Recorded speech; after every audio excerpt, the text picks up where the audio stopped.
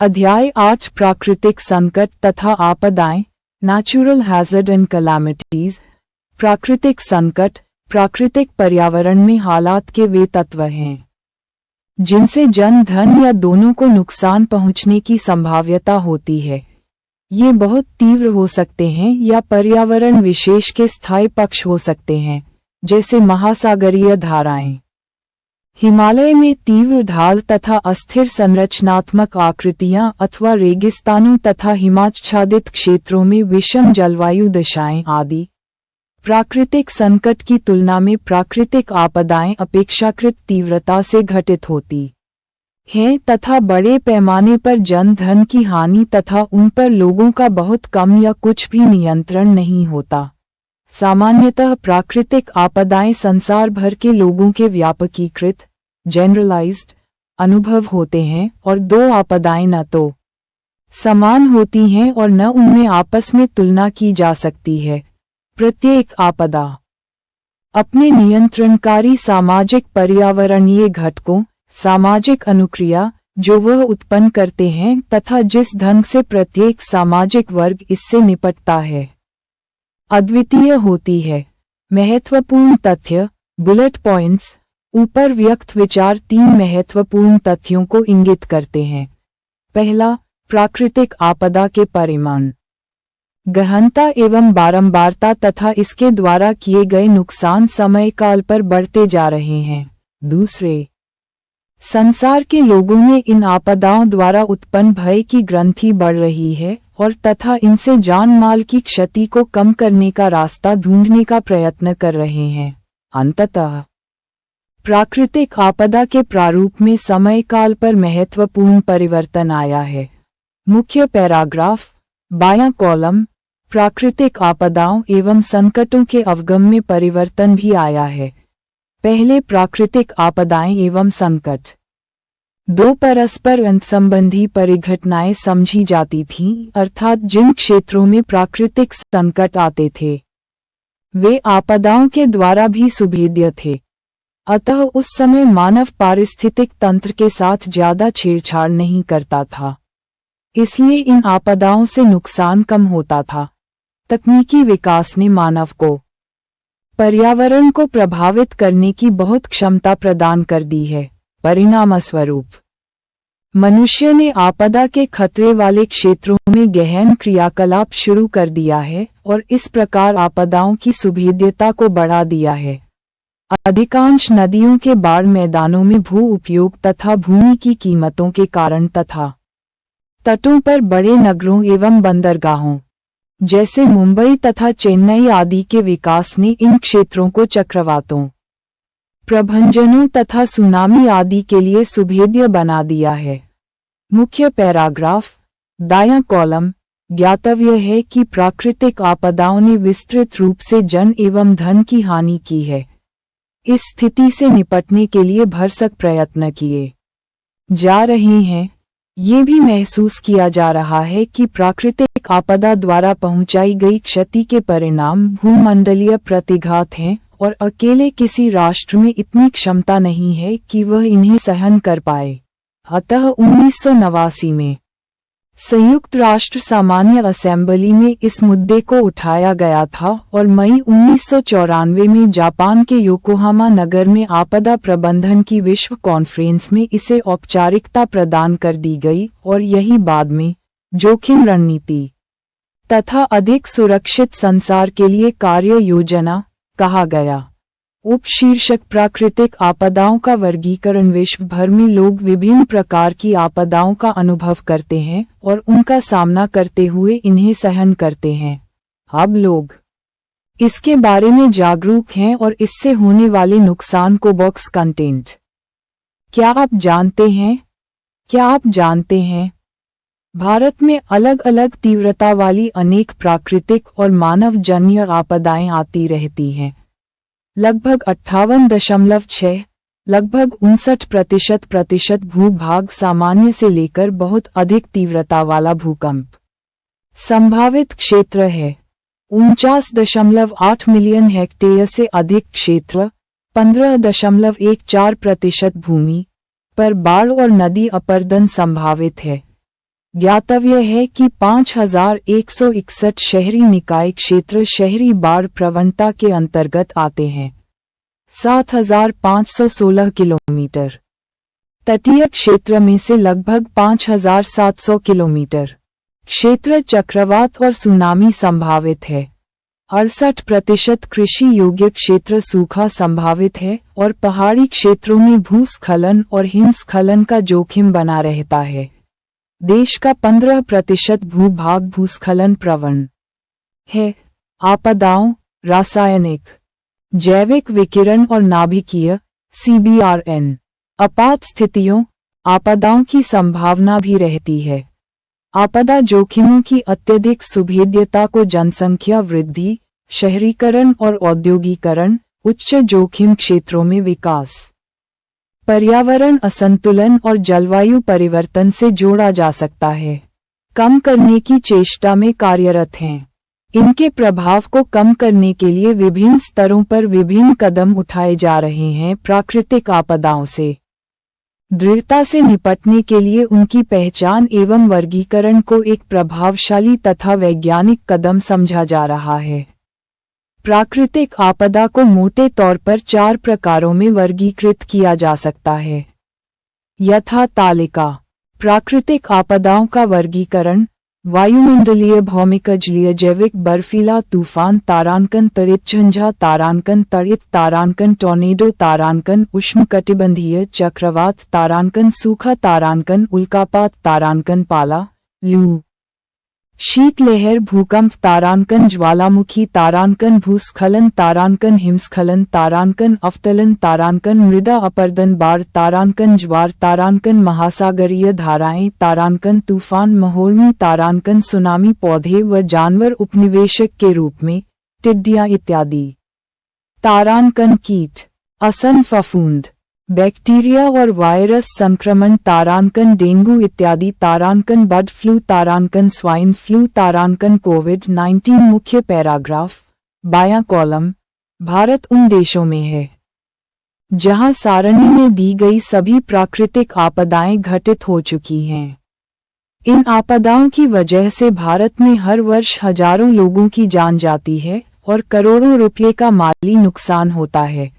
भारत में प्राकृतिक आपदाएं। भारत एक प्राकृतिक और सामाजिक सांस्कृतिक विविधताओं वाला देश है। वृहद भौगोलिक आकार, पर्यावरणीय विविधताओं और सांस्कृतिक बहुलता के कारण भारत को भारतीय उपमहाद्वीप और अनेकता में एकता वाली धरती के नाम से जाना जाता है। वृहद आकार, प्राकृतिक परिस्थितियों में विभिन्नता, लंबे समय तक उपनिवेशन, अभी भी जारी सामाजिक विभेदीकरण तथा बहुत अधिक जनसंख्या आदि ने भारत की प्राकृतिक आपदाओं द्वारा सुभेद्यता, वल्नरेबिलिटी को बढ़ा दिया है। इन प्रेक्षणों को भारत की कुछ मुख्य प्राकृतिक आपदाओं के वर्णन द्वारा स्पष्ट किया जा सकता है। यथा भारत में भूकंप, अर्थक्वेक्स इन इंडिया। भूकंप भूपटल की कंपन अथवा लहर है जो धरातल के नीचे अथवा ऊपर चट्टानों के लचीलेपन या गुरुत्वाकर्षण की समस्थिति में क्षणिक अव्यवस्था होने पर उत्पन्न होती है। ये सबसे ज्यादा अपूर्वानुमेय और विध्वंसक प्राकृतिक आपदा है। भूकंपों की उत्पत्ति प्लेट विवर्तनिकी, प्लेटेटेक्टोनिक से संबंधित है। ये विध्वंसक हैं और विस्तृत क्षेत्र को प्रभावित करते हैं। भूकंप पृथ्वी की ऊपरी सतह में विवर्तनिकी गतिविधियों से निकली ऊर्जा के कारण पैदा होते हैं, अर्थात एस्थेनोस्फीयर के मैग्मा में बहने वाली धाराओं, तरंगों के कारण प्लेटों की गतिशीलता ही भूकंप का कारण है। मानवीय क्रियाकलाप जैसे परमाणु विस्फोट, बड़े बांधों का निर्माण। बॉक्स कंटेंट, क्या आप जानते हैं? दायां कॉलम, क्या आप जानते हैं? भूकंपविदों ने भूकंपों की तीव्रता मापने के 2 मापक प्रस्तुत किए हैं। इनमें एक इटली के जी. मर्केली ने प्रतिपादित किया, जो भूकंपों को 12 श्रेणियों में रखते हुए उनकी गुणात्मक विशेषता को बताता है। दूसरा मापन अमेरिकी भूकंपविद चार्ल्स फ्रांसिस रिक्टर ने 1935 में प्रस्तुत किया। इसको रिक्टर स्केल कहते हैं। भूकंप तीव्रता उस ऊर्जा की माप है जो चट्टानों की परतों से मुक्त होती है। इसे संख्या द्वारा प्रकट किया जाता है। रिक्टर ने इसी तीव्रता की माप को 0 से 10 तक की इकाइयों में विभक्त किया है, जो लघुगणकीय पैमाने लॉगरिदमिक स्केल पर आधारित होती है। संख्या के बढ़ने पर तीव्रता की गहनता की ओर संकेत करती है। स्केल पर 1 की तीव्रता का अर्थ है 170 ग्राम TNT ट्राइनाइट्रोटोल्यूइन TNT के विस्फोट से उत्पन्न ऊर्जा के बराबर ऊर्जा। पैमाने की हर इकाई अपनी पिछली इकाई के मुकाबले 31.7 गुना अधिक ऊर्जा उत्पन्न होना दर्शाती है। इस तरह रिक्टर पैमाने पर 9 इकाई तक पहुंचने पर 20 करोड़ TNT के विस्फोट से उत्पन्न ऊर्जा के बराबर ऊर्जा पैदा होगी। 7 संख्या से अधिक की भूकंप की तीव्रता अति भयानक होती है। 20वीं और 21वीं शताब्दी में सर्वाधिक 8.9 की तीव्रता का शक्तिशाली भूकंप क्रमशः 1933 और 2011 में जापान के मोरिओका और सेंडाई में आ चुका है। रिक्टर स्केल पर 6 इकाई से ऊपर के भूकंप भी व्यापक तबाही फैलाते हैं। कोलन तथा खनन आदि भी भूकंप के कारण बनते हैं।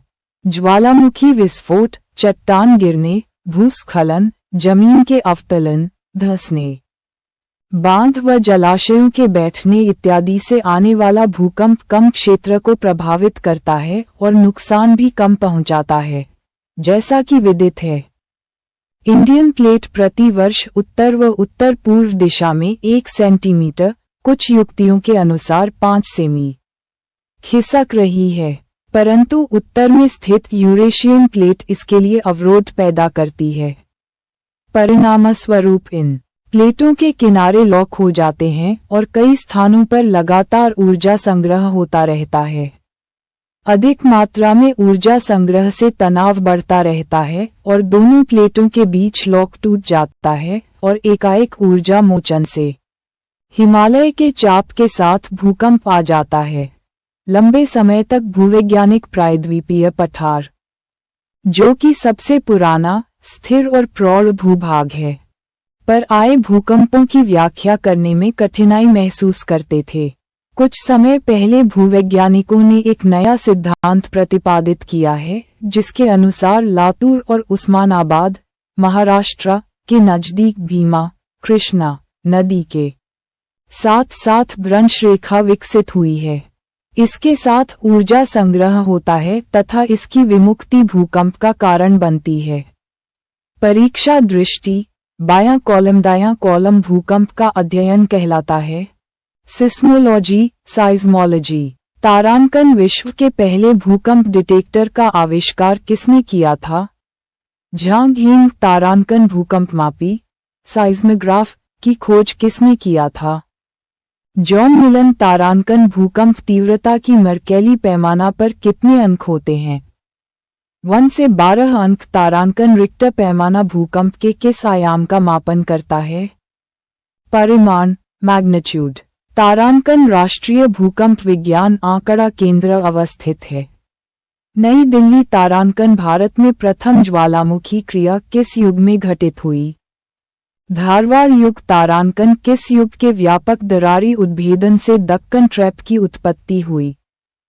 क्रिटेशियस युग। तारांकन वर्तमान में भारत में सक्रिय ज्वालामुखी क्रिया कहाँ देखने को मिलता है? बैरन द्वीप, बंगाल की खाड़ी। तारांकन भारत के किस द्वीप पर 2 सुसुप्त ज्वालामुखी स्थित है? नारकोंडम द्वीप, बंगाल की खाड़ी। तारांकन देश के भूकंप के इतिहास में सर्वाधिक विनाशकारी भूकंप कौन था?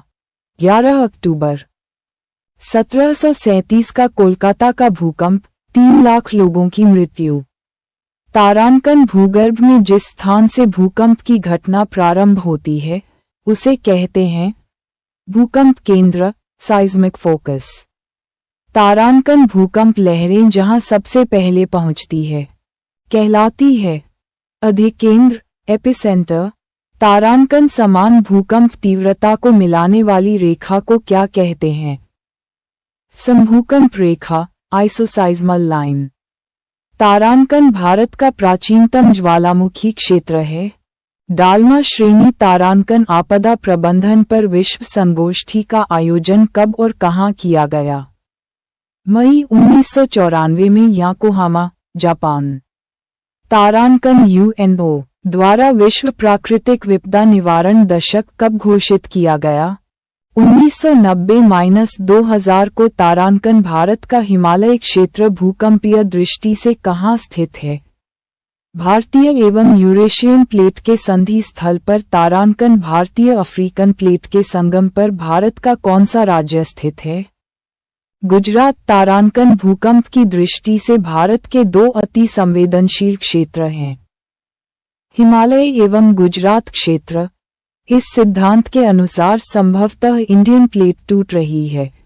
राष्ट्रीय भूभौतिकी प्रयोगशाला, भारतीय भूगर्भीय सर्वेक्षण, मौसम विज्ञान विभाग, भारत सरकार और इनके साथ कुछ समय पूर्व बने राष्ट्रीय आपदा प्रबंधन संस्थान ने भारत को निम्नलिखित 5 भूकंपीय क्षेत्रों जोन्स में बांटा था।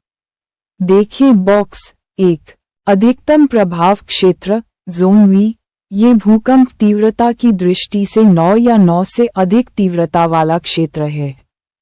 इसमें भारत के सभी पूर्वोत्तर राज्य, बिहार नेपाल सीमावर्ती क्षेत्र, उत्तराखंड, हिमालय व पंजाब का सीमावर्ती क्षेत्र तथा गुजरात का कच्छ प्रदेश शामिल हैं। यूपीआरआई 14 ये देश के कुल भू क्षेत्र का 10.79% है। इन क्षेत्रों में ऐसे भूकंपों की संख्या अधिक रही है जिनसे जन धन की अपार हानि हुई है। गुवाहाटी और श्रीनगर इसी क्षेत्र में स्थित हैं। 2। अधिक प्रभाव का क्षेत्र जोन इव। इस क्षेत्र की भूकंप तीव्रता पैमाने पर 8 है। इसे अधिक तबाही के खतरे वाला क्षेत्र कहा जाता है। इस भूकंप क्षेत्र में सिक्किम, बिहार, उत्तरी बंगाल, हुगली डेल्टा, उत्तर प्रदेश का उत्तरी एवं पश्चिमी भाग, दिल्ली, उत्तरी हरियाणा, पंजाब, जम्मू कश्मीर, केंद्रशासित प्रदेश, लद्दाख, केंद्रशासित प्रदेश व पश्चिम में काठियावाड़ तट से लेकर राजस्थान के दक्षिणी पश्चिमी भाग तक अर्धचंद्राकार आकृति में फैला क्षेत्र। कोंकण तट का दक्षिणी भाग भी शामिल है। इसमें देश के कुल भूभाग का 17.49% हिस्सा आता है। यह क्षेत्र अत्यधिक प्रभाव क्षेत्र का सीमावर्ती भाग है। 3। मध्यम प्रभाव का क्षेत्र जोन 3। इसे सामान्य तबाही के खतरे वाले क्षेत्र की श्रेणी में रखा गया है। इसका विस्तार विशाल मैदान के दक्षिणी भाग अर्थात दक्षिणी हरियाणा, उत्तर प्रदेश का मध्यवर्ती व दक्षिणी पूर्वी भाग, बिहार व पश्चिम बंगाल का मैदानी भाग, गुजरात का पूर्वी भाग, पश्चिमी राजस्थान, दक्षिणी व पश्चिमी मध्य प्रदेश, पश्चिमी महाराष्ट्र, पश्चिमी घाट, गोदावरी कृष्णा डेल्टाई भाग तथा पश्चिमी तटीय प्रदेश पर मिलता है। इस प्रकार ये देश कुल क्षेत्र का 30.79% क्षेत्र को आच्छादित करता है। भूकंप की तीव्रता की दृष्टि से 6.0 से 7.0 की तीव्रता वाला क्षेत्र है। ध्यातव्य है कि मेगा सिटी मुंबई, कोलकाता और चेन्नई इसी क्षेत्र में स्थित हैं। 4। न्यून प्रभाव का क्षेत्र जोन 2। भूकंप की दृष्टि से यह सबसे कम सक्रिय क्षेत्र है। इसका विस्तार प्रायद्वीपीय पठारी भूभाग पर प्रमुख रूप से मिलता है। राजस्थान का उत्तरी व पूर्वी भाग, मध्य प्रदेश के पश्चिमी पठारी भाग, तमिलनाडु, उत्तरी आंध्र प्रदेश व उसका तटीय भाग तथा छत्तीसगढ़, पश्चिमी महाराष्ट्र, पश्चिमी कर्नाटक के अनेक भागों पर इसका विस्तार मिलता है। यहाँ भूकंप प्रभाव की तीव्रता 6.0 या 6.0 से कम मिलती है। 5। न्यूनतम प्रभाव का क्षेत्र जोन आई। ये प्रमुख रूप से पठारी भूभाग पर 4 विस्तृत भूखंडों के रूप में फैला है, जिसका विस्तार प्रमुख रूप से दक्षिणी व पूर्वी राजस्थान, पश्चिमी मध्य प्रदेश, दक्षिणी छत्तीसगढ़ व पश्चिमी ओडिशा, आंध्र प्रदेश का अधिकांश पश्चिमी व मध्यवर्ती मार्ग, कर्नाटक का पूर्वी भाग, झारखंड पर पाया जाता है। यह क्षेत्र भूकंपों की दृष्टि से शून्य माना जाता रहा है, लेकिन इस क्षेत्र में महाराष्ट्र में कोयना 1967 व लातूर उस्मानाबाद 1993 के भूकंपों ने भूगर्भव्यताओं को आश्चर्य में डाल दिया है। नोट: वर्तमान में ये क्षेत्र जोन 2 के अंतर्गत सम्मिलित है। बॉक्स कंटेंट ध्यान दें, दायां कॉलम ध्यान दें, भारत के भूकंपीय क्षेत्रीकरण मानचित्र के अद्यतन संस्करण के अनुसार भारत के भूकंप जोन I एवं 2 को एक में समाहित कर अब जोन 2 का निर्धारण किया गया है। इस प्रकार अब देश को 4 भूकंपीय क्षेत्रों में विभक्त कर दिया गया है। अप लोअर 2013 जोन 2 के अंतर्गत भारत का 40.93%, लगभग 41% भू क्षेत्र, अल्प तीव्रता क्षेत्र और जोन 3 एवं व के अंतर्गत 58.6, लगभग 59% भूभाग भूकंप के प्रति अति संवेदनशीलता आता है। भारतीय मानक ब्यूरो ने भारत का भूकंप प्रतिरोधी design code, earthquake resistant design code of India IS-1893 part 1, 2002 तैयार किया है, जिसके अंतर्गत भूकंप जोन विशेष क्षेत्र का गुरुत्वीय त्वरण का क्षैतिज अनुभूत त्वरण के आधार पर क्षेत्र के कारक जोन फैक्टर का निर्धारण किया है।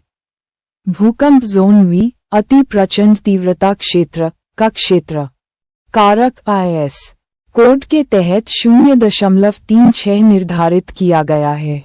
इसी प्रकार भूकंप जोन IV का जोन फैक्टर 0.24, जोन 3 का 0.16 एवं जोन 2 का 0.10 निश्चित किया गया है। भूकंप जोन V, एव 3 एवं 2 के अंतर्गत क्रमशः देश का 10.7%, 17.49% एवं 30.79% भू क्षेत्र आता है। निचला पैराग्राफ भ्रंश और भूकंप। भ्रंश और भूकंप भारत के अधिकांश भूकंप भ्रंशों के सहारे मिलते हैं। प्रायद्वीपीय पठार पर विभिन्न भ्रंश पाए जाते हैं, जैसे अरावली के पूर्व ग्रेट बाउंड्री फॉल्ट, सोन के सहारे सोन भ्रंश, नर्मदा के सहारे नर्मदा भ्रंश, ताप्ती के सहारे ताप्ती भ्रंश, दामोदर के सहारे दामोदर भ्रंश, गोदावरी के सहारे गोदावरी भ्रंश, कृष्णा के सहारे कृष्णा भ्रंश, कावेरी के सहारे ग्रेट ब्यून भ्रंश तथा महाराष्ट्र के कोयना एवं कुर्डुवाड़ी भ्रंश, असम में कोपरिली नदी के सहारे कोपरिली भ्रंश स्थित है। इसी प्रकार वृहद हिमालय तथा मध्य हिमालय के मध्य मेन सेंट्रल थरस्ट, मध्य एवं शिवालिक श्रेणी के बीच मेन बाउंड्री फॉल्ट स्थित है। शिवालिक के दक्षिण हिमालयन फ्रंट फॉल्ट स्थित है। भारतीय प्लेट के उत्तर पूरब बढ़कर हिमालय के नीचे क्षेपित होने से इसका उत्तरी क्षेपित किनारा मैग्मा के रूप में परिवर्तित हो रहा है, जो हिमालय को तोड़कर ऊपर निकलना चाहता है, किंतु हिमालय के भारी होने के कारण उसे तोड़ने में मैग्मा असफल होता है। इसके फलस्वरूप भ्रंशों के सहारे भूकंपीय तरंगें सतह पर आती हैं, जैसे हाल के वर्षों में उत्तरकाशी एवं चमोली में भ्रंशों के सहारे भूकंप आए थे। हिमालय की जड़ों के नीचे एस्थेनोस्फीयर में पिघला हुआ मैग्मा दक्षिण की तरफ भी प्रवाहित होता है, जो प्रायद्वीपीय पठार के नीचे प्रवाहित होते समय ऊपर की तरफ दबाव डालता है, जिसके फलस्वरूप भारत के उपरोक्त भ्रंशों के सहारे भूकंप आते हैं। जैसे विगत के वर्षों में लातूर, उस्मानाबाद, कोयना, भोपाल तथा जबलपुर में भूकंपीय झटके आए। मानचित्र मैप विवर्तनिकी क्षेत्र मानचित्र में भारत के विभिन्न भ्रंशों और विवर्तनिक क्षेत्रों को रेखांकित किया गया है, जैसे main central thrust MCT, main boundary thrust MBT, Himalaya का अग्रभ्रंश, नर्मदा भ्रंश, ताप्ती भ्रंश, गोदावरी भ्रंश, कृष्णा भ्रंश, कावेरी भ्रंश, मालदा भ्रंश, तिब्बत शील्ड, हेफ्लॉन थरस्ट आदि। तालिका 20वीं शताब्दी के भूकंपों का घटनाक्रम, तिथि व वर्ष, प्रभावित स्थल, रिक्टर स्केल की माप, मरने वाले लोगों की संख्या। तारांकन 4 अप्रैल 1905 कांगड़ा घाटी, हिमाचल प्रदेश 7.820,000। तारांकन 15 जनवरी 1934 बिहार नेपाल का सीमा क्षेत्र 8.310,000। तारांकन 26 जून 1941 अंडमान व निकोबार 8.1,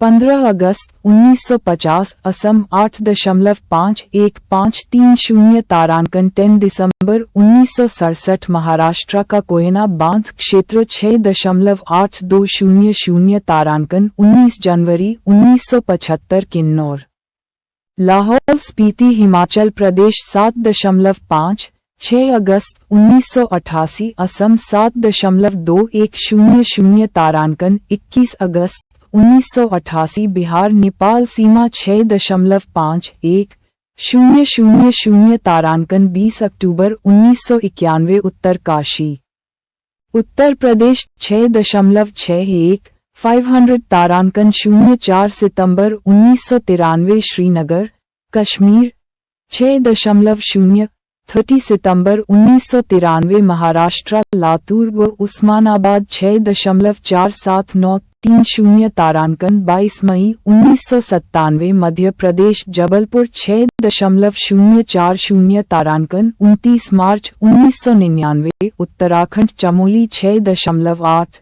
26 जनवरी 2001 गुजरात भुज कच्छ क्षेत्र 6.930,000। तारांकन 18 सितंबर 2011 सिक्किम गैंगटॉक 6.9, 1 मई 2013 कश्मीर 5.73। तारांकन 25 अप्रैल 2015 नेपाल भारत 7.8896। तारांकन 12 मई 2015 नेपाल भारत 7.3218। तारांकन 26 अक्टूबर 2015 अफगानिस्तान भारत पाकिस्तान 7.7399। तारांकन 4 जनवरी 2016 म्यांमार भारत बांग्लादेश 6.711। तारांकन 3 जनवरी 2017 भारत बांग्लादेश 5.73। तारांकन सितंबर 2019 भारत पाकिस्तान 5.826। तारांकन 4 अप्रैल 2021 असम 6.02।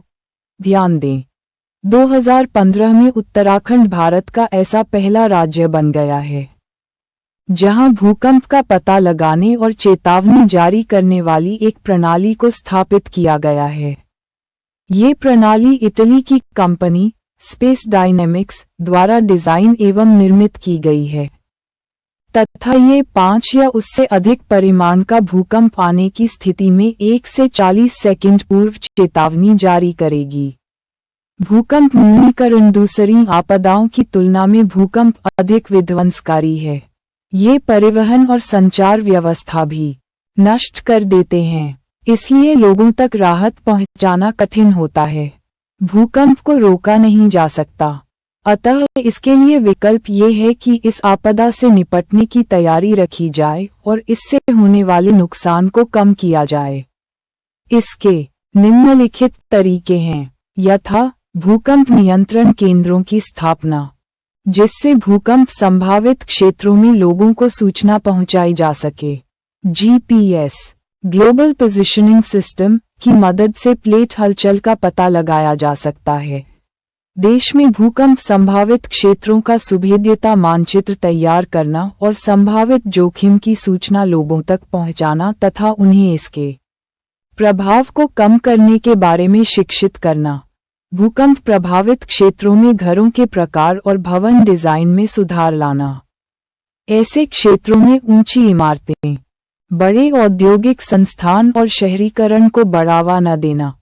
अंततः भूकंप प्रभावित क्षेत्रों में भूकंप प्रतिरोधी रेजिस्टेंट इमारतें बनाना और सुभेद्य क्षेत्रों में हल्के निर्माण सामग्री का इस्तेमाल करना। मौसम विभाग देश के भीतर और आसपास भूकंप गतिविधियों पर नजर रखने के लिए राष्ट्रीय नेटवर्क के अंतर्गत 155 भूकंप विज्ञान वेधशालाएं चलाता है। इनमें से 84 वेधशालाओं को नवीनतम डिजिटल ब्रॉडबैंड सिस्मोग्राफ प्रणालियों और आधुनिक संचार सुविधाओं से सुसज्जित किया गया है। नई दिल्ली में सेंट्रल रिसीविंग स्टेशन और राष्ट्रीय भूकंप विज्ञान आंकड़ा केंद्र (NSDC) की स्थापना की गई है। इसका कार्य भूकंप के आंकड़ों को एकत्र करना, उनका विश्लेषण करना तथा उन्हें अभिलेखीकृत करना है। केंद्र पर भूकंपवेताओं की जानकारी एकत्र करने और विभिन्न उपभोक्ता एजेंसियों को वितरित करने की जिम्मेदारी है। हाल ही में वीसेट आधारित 16 एलिमेंट डिजिटल टेलीमेट्री सिस्मोग्राफ केंद्र नेटवर्क स्थापित किया गया है।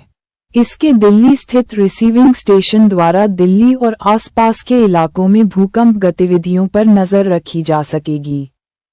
सुनामी भूकंप और ज्वालामुखी से महासागरीय धरातल में अचानक हलचल पैदा होती है और महासागरीय जल का अचानक विस्थापन होता है। परिणामस्वरूप ऊर्ध्वाधर ऊंची तरंगें पैदा होती हैं जिन्हें सुनामीज अथवा सुनामी बंदरगाह लहरें या भूकंपीय समुद्री लहरें कहा जाता है।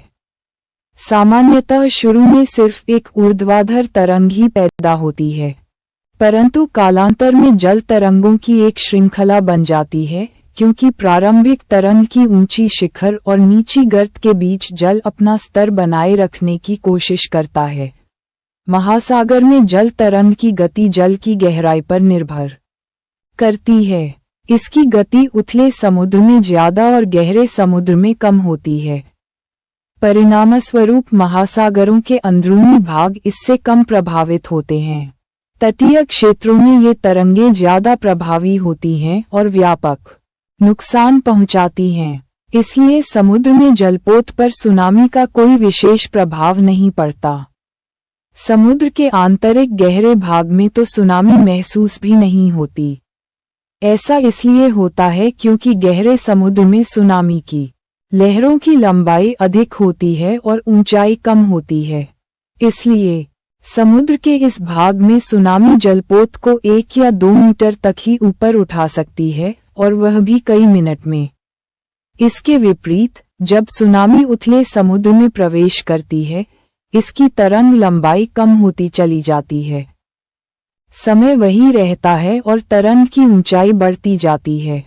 कई बार तो इसकी ऊंचाई 15 मीटर या इससे भी अधिक हो सकती है, जिससे तटीय क्षेत्र में भीषण विध्वंस होता है।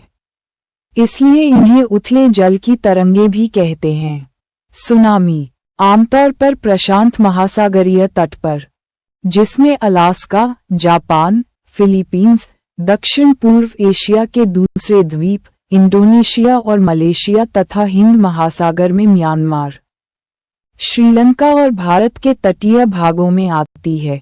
तट पर पहुंचने पर सुनामी तरंगें बहुत अधिक मात्रा में ऊर्जा निर्मुक्त करती हैं और समुद्र का जल तेजी से तटीय क्षेत्रों में घुस जाता है और बंदरगाह शहरों, कस्बों, अनेक प्रकार के ढांचों, इमारतों और बस्तियों को तबाह करता है। चूंकि विश्वभर में तटीय क्षेत्रों में जनसंख्या सघन होती है और ये क्षेत्र बहुत सी मानव गतिविधियों के केंद्र होते हैं, अतः यहाँ दूसरी प्राकृतिक आपदाओं की तुलना में सुनामी अधिक जान माल का नुकसान पहुंचाती है। दूसरी प्राकृतिक आपदाओं की तुलना में सुनामी के प्रभाव को कम करना कठिन है क्योंकि इससे होने वाले नुकसान का पैमाना बहुत वृहद है। किसी अकेले देश या सरकार के लिए सुनामी जैसी आपदा से निपटना संभव नहीं है। 26 दिसंबर 2004 को सुनामी आने के बाद भारत ने इसके खतरे को कम करने के उपाय पर काम शुरू किया। सुनामी की चेतावनी जारी करने का Indian ocean tsunami warning mitigation system (IOTWMS) विकसित हुआ। भारत, ऑस्ट्रेलिया, इंडोनेशिया समेत 18 देश इस बात पर सहमत हुए कि वे आपस में सुनामी जैसी किसी भी आपदा की भविष्यवाणी संबंधी सूचना एक दूसरे के साथ साझा करेंगे। IOTWMS मुख्यतः दो तरह से काम करता है। पहला, समुद्र में बन रहे दबाव को रिकॉर्ड करता है। दूसरा, लहरों को मापता है। उसके आधार पर सुनामी का कितना खतरा है इसका आकलन किया जाता है। भूकंप या सुनामी जैसी किसी आपदा के लिए फिलहाल शीर्ष मुख्य पैराग्राफ दायां हिस्सा विश्व में जो भी चेतावनी तंत्र काम कर रहे हैं उनमें 8 घंटे पहले तक किसी आपदा को लेकर चेतावनी दी जा सकती है। वैज्ञानिक विश्व के 14 देशों में कॉस्मिक रे डिटेक्टर स्थापित करने की दिशा में सक्रिय हैं। यदि सभी 14 जगह कॉस्मिक रे डिटेक्टर स्थापित कर दिए जाएं तो ऐसी किसी आपदा के संबंध में 20 से 24 घंटे पहले चेतावनी दी जा सकता है। नासा और आर्मेनिया की प्रयोगशालाओं के सहयोग से ये डिटेक्टर्स अब तक बल्गेरिया, क्रोएशिया और भारत में जवाहरलाल नेहरू विश्वविद्यालय में स्थापित किए जा चुके हैं। अध्ययन से पता चलता है कि भूकंप आने से पहले कॉस्मिक किरणों की तीव्रता कम हो जाती है। यदि कॉस्मिक किरणों की तीव्रता में कमी का जल्द पता चल जाता है तो उस सूचना को आगे विकसित कर किसी आपदा के संबंध में सूचना दी जा सकती है। दूसरे कॉस्मिक रे डिटेक्टर्स से सूर्य में होने वाले परिवर्तनों का भी आभास हो जाता है। Box content. इसे भी जानिए सुनामी के लिए जिम्मेदार कारकों एवं जीवन तथा अर्थव्यवस्था पर इसके प्रभाव। सुनामी जापानी शब्द है। सु का अर्थ बंदरगाह या समुद्र तट होता है और नामी का अर्थ लहरें होता है, अर्थात समुद्र तट से लहरों के आने या टकराने की घटना सुनामी है। समुद्र या झील में विवर्तनिक क्रियाओं के कारण जल का अत्यधिक मात्रा में स्थानांतरण सुनामी का एक कारण बनता है। विवर्तनिक क्रिया के फलस्वरूप भूकंप या ज्वालामुखी आ सकता है जो व्यापक पैमाने पर जल राशि में हलचल उत्पन्न करता है जिससे सुनामी उत्पन्न होती है। सुनामी उत्पन्न होने के अन्य कारण भू अवतलन, उल्कापात या किसी तरह का विस्फोट आदि भी हो सकता है।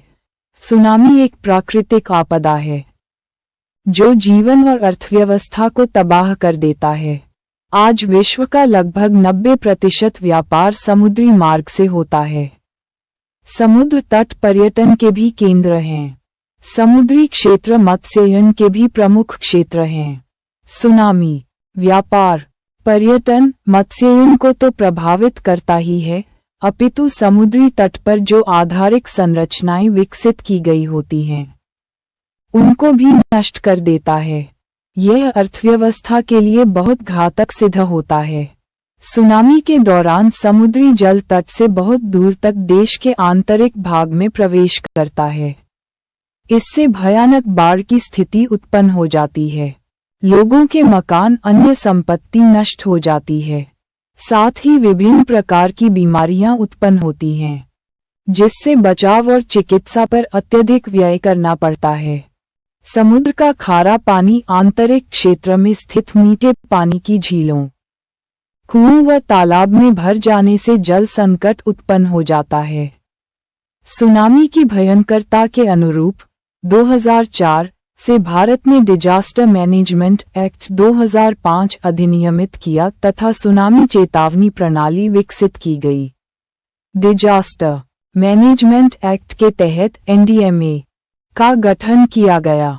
इसने 2010 में सुनामी से संबंधित जोखिम को कम करने संबंधी सुनामी का प्रबंधन नामक दिशा निर्देश जारी किया। इस दिशा निर्देश में सुनामी 2004 से सीखे गए सबक की चर्चा करते हुए सुनामी जोखिम मूल्यांकन और संवेदनशीलता विश्लेषण, सुनामी से निपटने की पूर्व तैयारी, प्रगमन संरचनात्मक उपाय, प्रौद्योगिकीय विधिक प्रशासन का विनियमन और प्रवर्तन, आपातकालीन मोचन आदि विषयों की विस्तृत विवेचना की गई है। इसके अंतर्गत सुनामी जोखिम को कम करने के संदर्भ में चेतावनी प्रणाली का विकास करने पर बल दिया गया है। भारतीय सुनामी प्रारंभिक चेतावनी केंद्र की स्थापना हैदराबाद में 2007 की गई है। सुनामी के संदर्भ में जागरूकता। सुनामी शिक्षा, क्षमता निर्माण, चिकित्सकीय तैयारी, सुनामी लहरों से बचने के आश्रय स्थलों संबंधी ज्ञान, भवन कोडों आदि का अनुपालन आदि सुनिश्चित करके सुनामी जोखिम कम किया जा सकता है।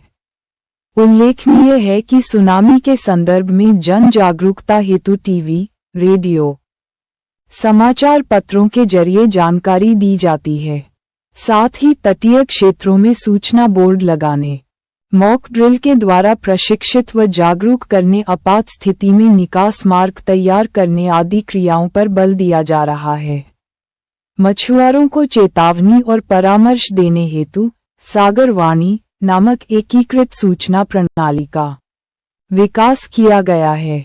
निश्चय ही उपर्युक्त क्रियाविधियां सुनामी जोखिम को कम करने में प्रभावी होंगी। भारत में ज्वालामुखी क्रिया, वोल्केनिसिटी इन इंडिया। ज्वालामुखी प्रायः एक गोल या कुछ गोल आकार का छिद्र अथवा खुला भाग होता है, जिससे होकर पृथ्वी के अत्यंत तप्त भूगर्भ से गैस, तरल लावा, जल एवं चट्टानों के टुकड़ों से युक्त गर्म पदार्थ पृथ्वी के धरातल पर प्रकट होते हैं। भारत में प्रथम ज्वालामुखी क्रिया धारवाड़ युग में हुई।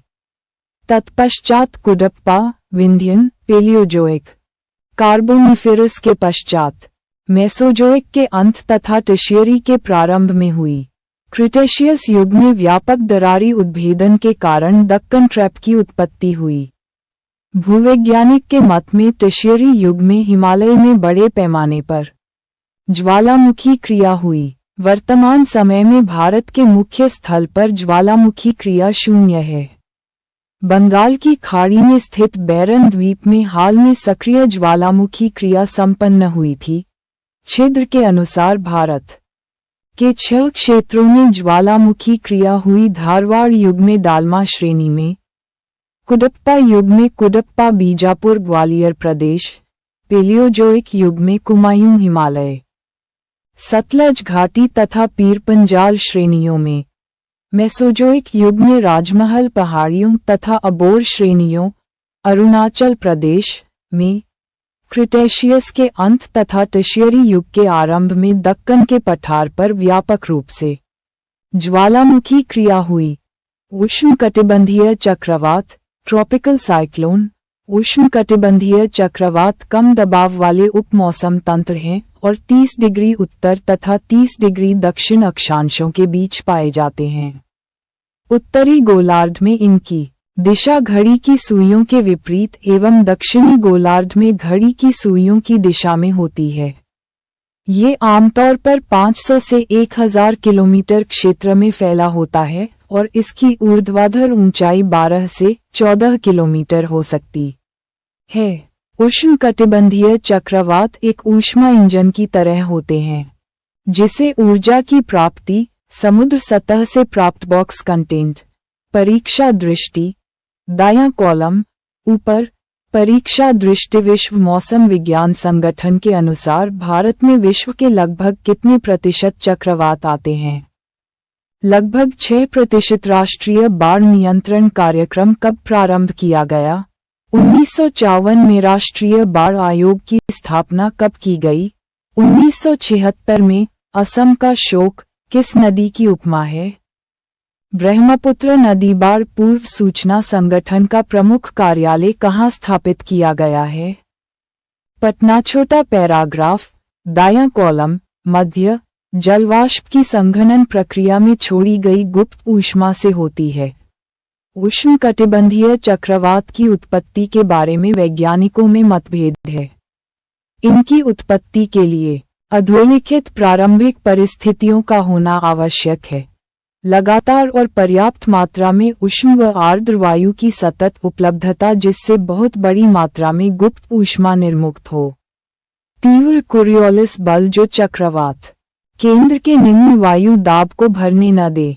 भूमध्य रेखा के आसपास 0 डिग्री से 5 डिग्री अक्षांश के मध्य कोरियोलिस बल कम होता है और परिणामस्वरूप यहाँ ये चक्रवात उत्पन्न नहीं होते। क्षोभमंडल में अस्थिरता, जिससे स्थानीय स्तर पर निम्न वायु दाब क्षेत्र बन जाते हैं। इन्हीं के चारों ओर चक्रवात भी विकसित हो सकते हैं। मजबूत ऊर्ध्वाधर वायुफान वेज की अनुपस्थिति, जो नम और गुप्त ऊष्मा युक्त वायु के ऊर्ध्वाधर बहाव को अवरुद्ध करे। उष्णकटिबंधीय चक्रवात की संरचना। उष्णकटिबंधीय चक्रवात में वायुदाब प्रवणता बहुत अधिक होती है। चक्रवात का केंद्र गर्म वायु तथा निम्न वायुदाब और मेघ रहित क्रोड होता है। इसे तूफान की आंख कहा जाता है। सामान्यतः समदाब रेखाएं एक दूसरे के नजदीक होती हैं, जो उच्च वायुदाब प्रवणता का प्रतीक है। वायुदाब प्रवणता 14 से 17 मिलीबार 100 किलोमीटर के आसपास होता है। कई बार यह 60 मिलीबार 100 किलोमीटर तक हो सकता है। केंद्र से पवन पट्टी का विस्तार 10 से 150 किलोमीटर तक होता है। ध्यातव्य है कि उष्णकटिबंधीय चक्रवात का ऊर्ध्वाधर विस्तार लगभग 15 किमी तक होता है। शीर्ष मुख्य पैराग्राफ दायां कॉलम।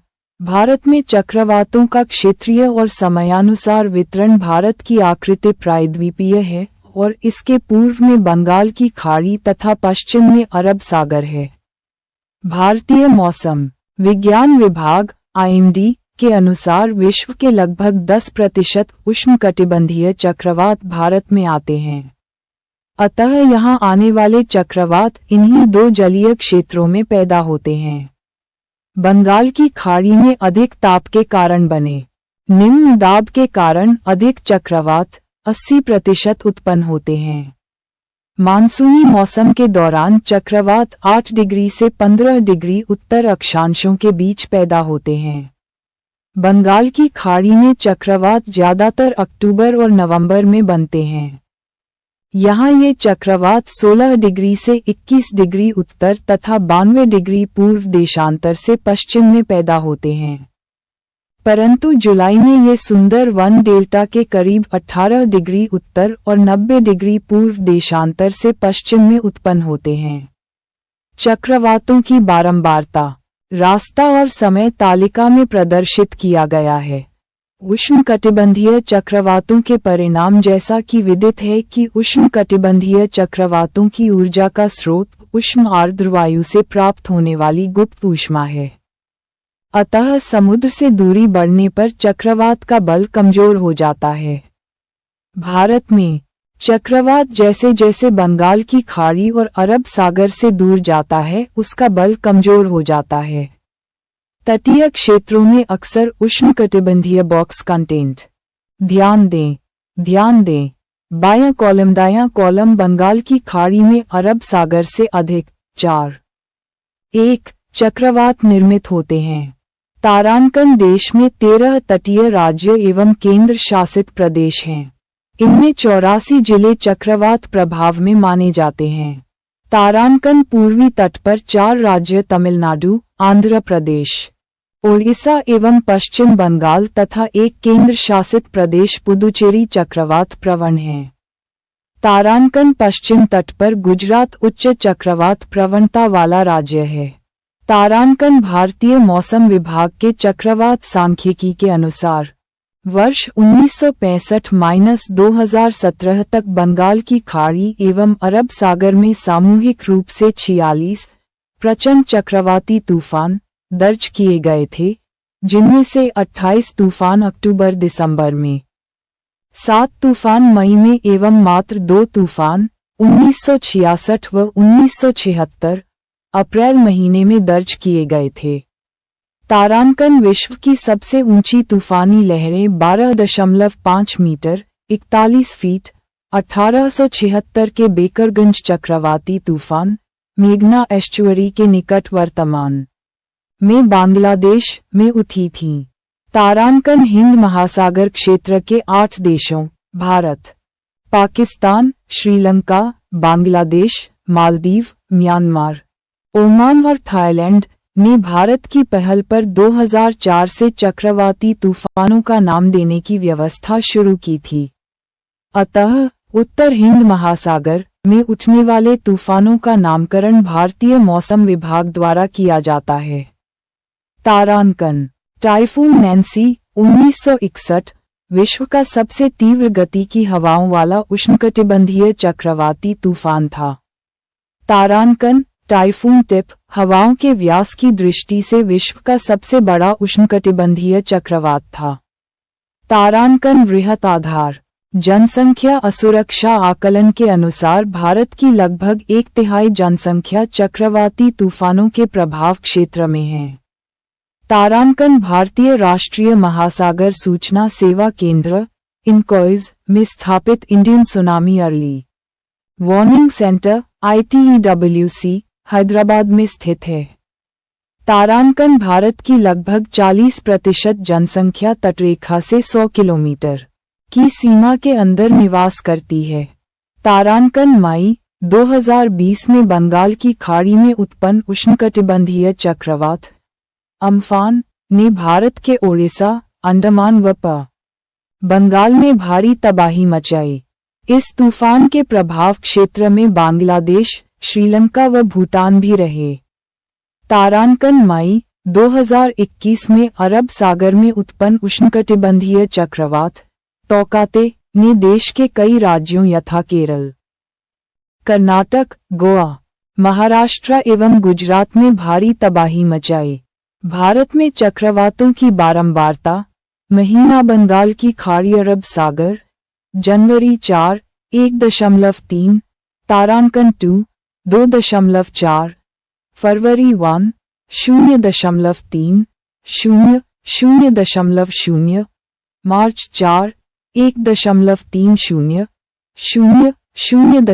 0 अप्रैल 18 5.7 5 6.1 मई 28 8.9 13 15.9 जून 34 10.8 13 15.9 जुलाई 38 12.1 3 3.7 अगस्त 25 8.0 1 1.2 सितंबर 27 8.6 4 4.8 अक्टूबर 53 16.9 17 20.7 नवंबर 56 17.8 21 25.6 दिसंबर 26 8.3 3 3.7 कुल 3141082 100 नोट कोष्ठक में दिए गए आंकड़े साल में कुल चक्रवातों का प्रतिशत हैं। तालिका 2 भारत में आए प्रमुख चक्रवात चक्रवात वर्ष प्रभावित क्षेत्र राज्य फैलिन अक्टूबर 2013 बंगाल की खाड़ी उड़ीसा हुदहुद अक्टूबर 2014 बंगाल की खाड़ी आंध्र प्रदेश व ओडिशा वारदा दिसंबर 2016 बंगाल की खाड़ी आंध्र प्रदेश एवं तमिलनाडु फानी अप्रैल 2019 बंगाल की खाड़ी उड़ीसा आंध्र प्रदेश एवं बंगाल अम्फान मई 2020 बंगाल की खाड़ी उड़ीसा बंगाल व अंडमान तौकते मई 2021 अरब सागर संपूर्ण पश्चिमी तटीय राज्य बिपरजॉय बायपाजॉय जून 2023 अरब सागर गुजरात मुख्य पैराग्राफ बायां कॉलम मध्य चक्रवात 180 किलोमीटर प्रति घंटा की गति से टकराते हैं। इससे तूफानी क्षेत्र में समुद्र तल भी असाधारण रूप से ऊपर उठा होता है, जिसे तूफान महोर्मी स्टॉर्म सर्ज कहा जाता है। इससे तटीय क्षेत्र की बस्तियां, खेत पानी से डूब जाते हैं तथा फसलों और कई प्रकार के मानवकृत ढांचों का विनाश होता है।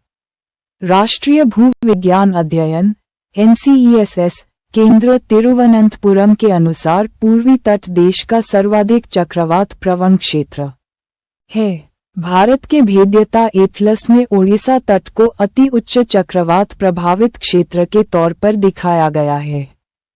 पश्चिमी तट के सहारे गुजरात राज्य में विनाशकारी चक्रवात आते हैं। यहाँ के कच्छ, जामनगर, पोरबंदर, जूनागढ़, अमरेली और भावनगर जिले अत्यधिक क्षति में दिखाए गए हैं। छोटा निर्देश वाक्य, दायां कॉलम, मध्य, हवा की गति व क्षति क्षमता के आधार पर चक्रवात की विभिन्न श्रेणियों का वर्णन अधोलिखित सारणी में किया गया है। यथा तालिका 3, निम्न वायुदाब प्रणाली का वर्गीकरण।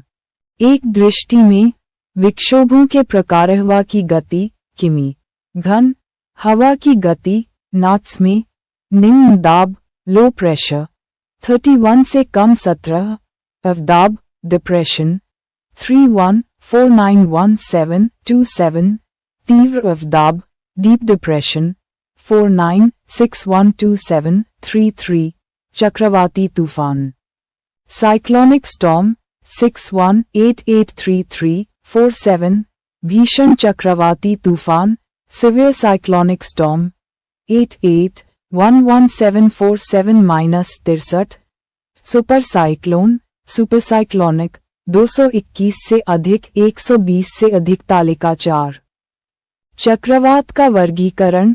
श्रेणी हवा की गति किमी, घन क्षति क्षमता 1.120-150 कम से कम, मिनिमल 2.150-180 मध्यम, मॉडरेट 3.180-210 व्यापक, एक्सटेंसिव 4.210-250 चरम, एक्सट्रीम 5.250 या इससे अधिक विनाशकारी।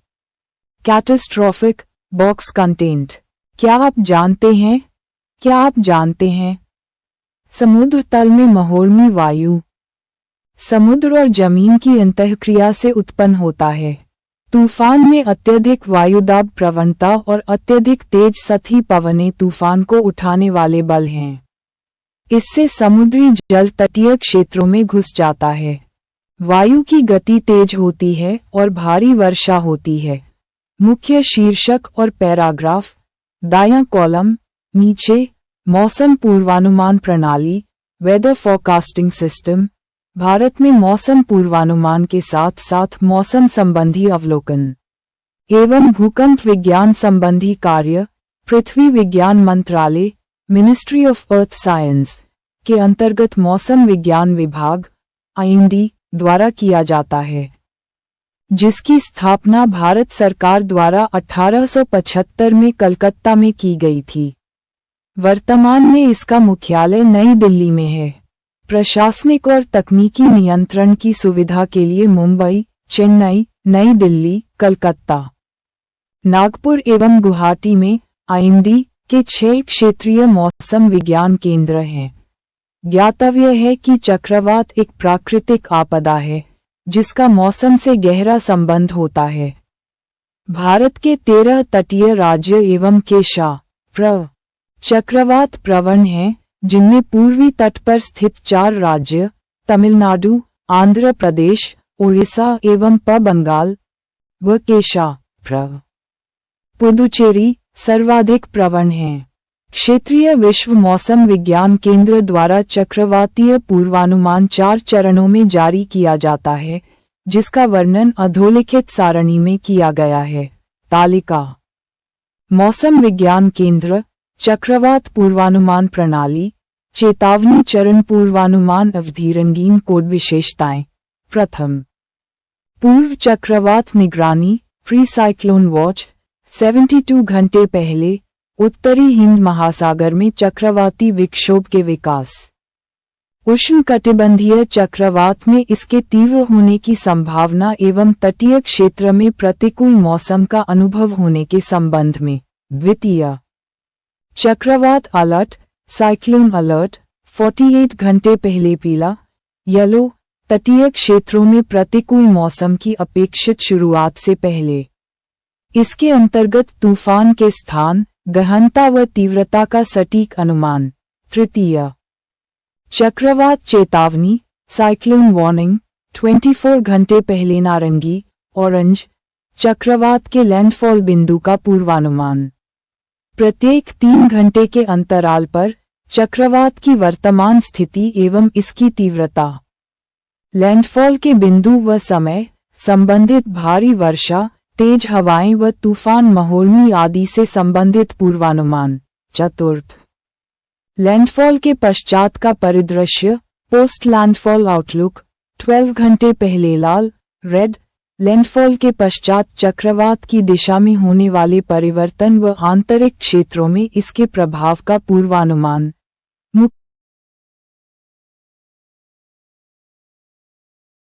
और पैराग्राफ बार, फ्लड्स, मानसूनी वर्षा प्रायः तेज बौछारों के रूप में होती है, जिससे देश में बाढ़ आती है। निर्वनीकरण, दोषपूर्ण भूमि उपयोग, बाढ़ के मैदानों में अनियोजित बस्तियां, विकास कार्यों द्वारा प्राकृतिक अपवाह में बाधा तथा अत्यधिक सिंचाई के कारण जल स्तर में वृद्धि आदि मानवीय कारक प्रत्यक्ष या अप्रत्यक्ष रूप से बाढ़ के संकट में वृद्धि करते हैं। हालांकि बाढ़ विश्व के विस्तृत क्षेत्र में आती है तथा काफी तबाही लाती है, परंतु दक्षिण पूर्व और पूर्व एशिया के देशों, विशेषकर चीन, भारत और बांग्लादेश में इसकी बारंबारता और होने वाले नुकसान अधिक हैं। बाढ़ों से प्रभावित क्षेत्रों की दृष्टि से भारत को 5 क्षेत्रों में बांटा जा सकता है। 1. पूर्वी खंड, ईस्टर्न जोन। ये पश्चिम में घाघरा नदी से लेकर पूर्व में ब्रह्मपुत्र नदी तक फैला है। यहाँ घाघरा, गंडक, सोन, गंगा, कोसी, तीस्ता व ब्रह्मपुत्र नदियों में भयंकर बाढ़ें आती हैं। कोसी व ब्रह्मपुत्र की बाढ़ें भारी नुकसान पहुंचाती हैं। इन नदियों से पूर्वी उत्तर प्रदेश, बिहार, पश्चिम बंगाल का उत्तरी भाग, असम और अरुणाचल प्रदेश में भयंकर बाढ़ें आती हैं। यह नदियां बड़ी मात्रा में जल एवं भारी सिल्ट मिट्टी बहाकर लाती हैं, जो समतल धरातल तथा निचले भूभागों को जलमग्न कर देती हैं। 2. उत्तरी खंड, नॉर्दर्न जोन। इसके अंतर्गत जम्मू कश्मीर, केंद्र शासित प्रदेश, लद्दाख, केंद्र शासित प्रदेश, हिमाचल प्रदेश, पंजाब, हरियाणा तथा पश्चिमी उत्तर प्रदेश के भूभाग सम्मिलित हैं। यहाँ पर व्यास, रावी, सतलज, यमुना, गंगा व उसकी सहायक नदियों में वर्षा ऋतु में जब बाढ़ें आती हैं तो विनाश का दृश्य उपस्थित हो जाता है। 3. मध्यवर्ती खंड, सेंट्रल जोन। इसका विस्तार गुजरात, मध्य प्रदेश व राजस्थान में बिखरे रूप में मिलता है। यहाँ चंबल, बनास, साबरमती, नर्मदा प्रमुख नदियां हैं, जो बाढ़ों से प्रभावित रहती हैं। गुजरात में कच्छ का प्रदेश समुद्री जल के प्रभाव से ग्रसित रहता है। दक्षिणी खंड, सदर्न जोन। यह महाराष्ट्र, कर्नाटक, आंध्र प्रदेश, तमिलनाडु राज्यों में विस्तृत है। यहाँ वर्षा की मात्रा कम होने से नदियों में जल अधिक नहीं होता तथा मिट्टी की मात्रा भी कम होती है। इनके भागों में कोई परिवर्तन भी नहीं पाया जाता है। अतः बाढ़ सामान्यतः प्रतिवर्ष न आकर लंबे अंतराल पर आती है, लेकिन जब आती है तो फसलों तथा जन धन की भारी हानि होती है। 5. मध्य पूर्वी खंड, सेंट्रल ईस्ट जोन। यहाँ पर छत्तीसगढ़, ओडिशा राज्य में महानदी, वैतरणी व ब्राह्मणी नदियां अधिक जल बहाकर लाती हैं, जिनके तेजी से न बहने के कारण मुहानों पर तेज बाढ़ें आ जाती हैं। बाढ़ न सिर्फ फसलों को बर्बाद करती है बल्कि आधारभूत ढांचा जैसे सड़कें, रेल पटरी, पुल और मानव बस्तियों को भी नुकसान पहुंचाती है। बाढ़ग्रस्त क्षेत्रों में कई तरह की बीमारियां जैसे हैजा, आंत्रशोथ, हेपेटाइटिस और दूसरी दूषित जल जनित बीमारियां फैल जाती हैं। दूसरी ओर बाढ़ से कुछ लाभ भी हैं। हर वर्ष बाढ़ खेतों में उपजाऊ मिट्टी लाकर जमा करती है, जो फसलों के लिए बहुत लाभदायक है। ब्रह्मपुत्र नदी के मध्य में स्थित माजुली या माजोली, असम, जो विश्व का सबसे बड़ा नदी द्वीप है, हर वर्ष बाढ़ग्रस्त होता है, जिससे यहाँ धान की फसल बहुत अच्छी होती है, लेकिन ये लाभ भीषण नुकसान के सामने गौण हैं। 12वीं पंचवर्षीय योजना के अनुसार देश के 3,290 लाख हेक्टेयर भौगोलिक क्षेत्र में से 498.15 लाख हेक्टेयर 15.14% मुख्य पैराग्राफ दायां कॉलम बाढ़ की आशंका वाला क्षेत्र है। इसमें से 320 लाख हेक्टेयर को बाढ़ से पर्याप्त सुरक्षा मुहैया कराई जा सकती है। राष्ट्रीय आपदा प्रबंधन प्राधिकरण (NDMA) के अनुसार बाढ़ के कारण प्रति वर्ष लगभग 75 लाख है भूमि प्रभावित होती है तथा औसतन 1600 लोगों की जान चली जाती है। यद्यपि बाढ़ प्रबंधन राज्य सरकारों के अधिकार क्षेत्र में आता है। मानचित्र मैप भारत के बाढ़ग्रस्त क्षेत्र मानचित्र में भारत के बाढ़ प्रभावित क्षेत्रों को 3 श्रेणियों में दर्शाया गया है: सघन बाढ़ग्रस्त, मध्यम बाढ़ग्रस्त और विरल बाढ़ग्रस्त। इसमें मुख्य नदियों जैसे पागंदिया, DDC, हीराकुंड, उकाई आदि को भी चिन्हित किया गया है। बॉक्स कंटेंट परीक्षा दृष्टि बायां कॉलम दायां कॉलम बाढ़ आयोग ने बाढ़ की आवृत्ति के अनुसार विभिन्न बाढ़ क्षेत्रों को कितने भागों में विभक्त किया है? 3 तारांकन भारत की 2 सर्वप्रमुख प्राकृतिक आपदाएं कौन सी हैं? बाढ़ एवं सूखा तारांकन देश का प्रथम राष्ट्रीय आपदा प्रबंधन प्रशिक्षण संस्थान कहाँ स्थित है? लातूर, महाराष्ट्र।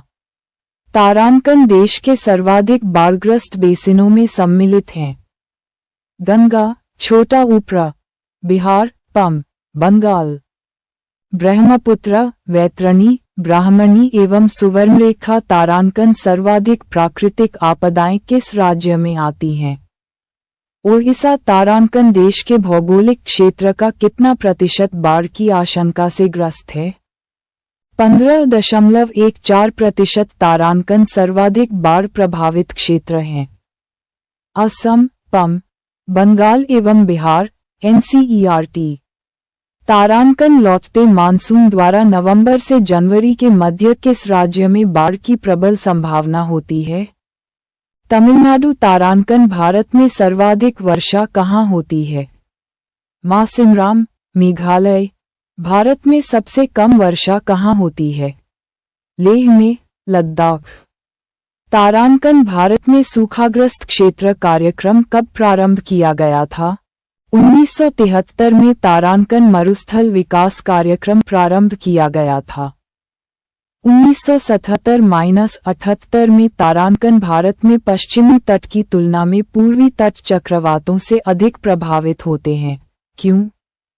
इसलिए कि बंगाल की खाड़ी में उठने वाले चक्रवात घड़ी की सुइयों की विपरीत दिशा में घूमते हैं। फलतः चक्रवात लगभग संपूर्ण पूर्वी तट को प्रभावित करते हैं। तारांकन भारत सरकार द्वारा वाटरशेड विकास कार्यक्रम कब प्रारंभ किया गया था? 1994-95 में। तारांकन देश में कृषि एवं सिंचाई मंत्रालय के अनुसार औसतन कितनी वर्षा होने पर क्षेत्र विशेष सूखाग्रस्त क्षेत्र कहा जाता है? औसतन 75 सेमी से कम वार्षिक वर्षा। तारांकन सुनामी लहर चेतावनी प्रणाली केंद्र की स्थापना कहाँ की गई है? हैदराबाद। तारांकन वर्ष 2020 में जारी विश्व के आपदा जोखिम सूचकांक में भारत का कौन सा स्थान है? 89वां। जल निकासी प्रणाली की क्षमता का विस्तार तथा पुनरुद्धार करना, मानसून के पूर्व इनकी सफाई कराना, बाढ़ पूर्वानुमान प्रणाली का विकास। इस संदर्भ में IIT मुंबई के नेतृत्व में एक प्रणाली का विकास किया जा रहा है। वर्षा जल संग्रहण को अनिवार्य बनाया जाए। शहरों के जल धरण व कछारी क्षेत्रों में निर्माण कार्य को सख्ती से प्रतिबंधित करना। बाढ़ के समय स्वच्छ जल, खाद्य पदार्थ, दवाओं आदि की आपूर्ति हेतु कुशल प्रशासकीय ढांचा बनाया जाए। उपर्युक्त क्रियाविधियां शहरी बाढ़ के जोखिम को न केवल कम करेगी अपितु बाढ़ के स्थायी प्रबंधन तथा बाढ़ के नियंत्रण में भी यथेष्ट सहयोग प्रदान करेगी। ज्ञातव्य है कि जिन क्षेत्रों में 30% से अधिक कुल बोए गए क्षेत्र में सिंचाई होती है, उन्हें सूखा प्रभावित क्षेत्र नहीं माना जाता। 3.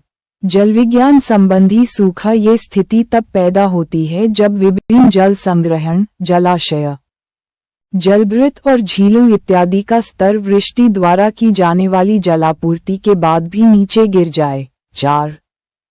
पारिस्थितिक सूखा जब प्राकृतिक पारिस्थितिकी तंत्र में जल की कमी से उत्पादकता में कमी हो जाती है और परिणामस्वरूप पारिस्थितिकी तंत्र में तनाव आ जाता है तथा ये क्षतिग्रस्त हो जाता है, तो पारिस्थितिक सूखा कहलाता है।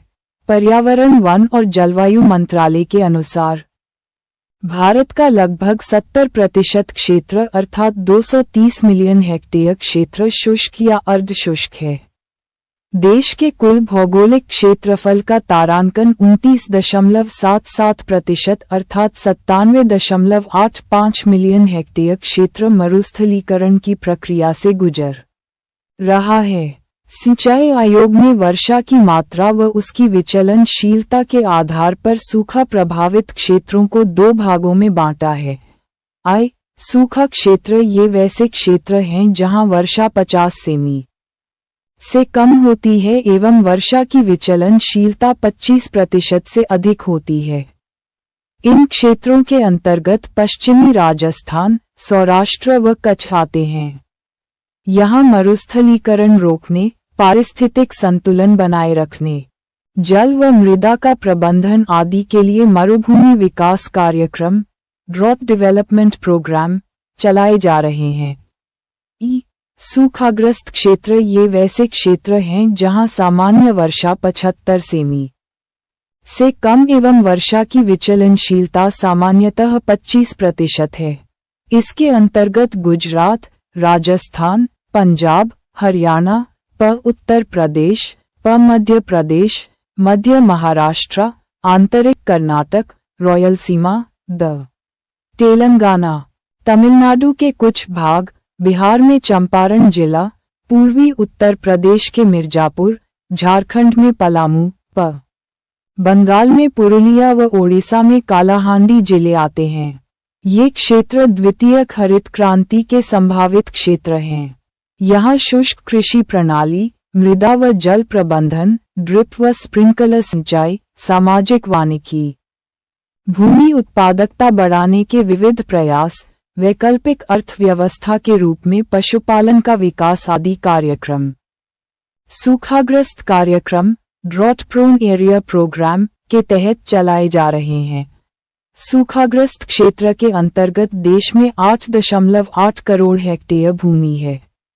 देश में नेट कृषित भूमि 14.1 करोड़ हेक्टेयर है।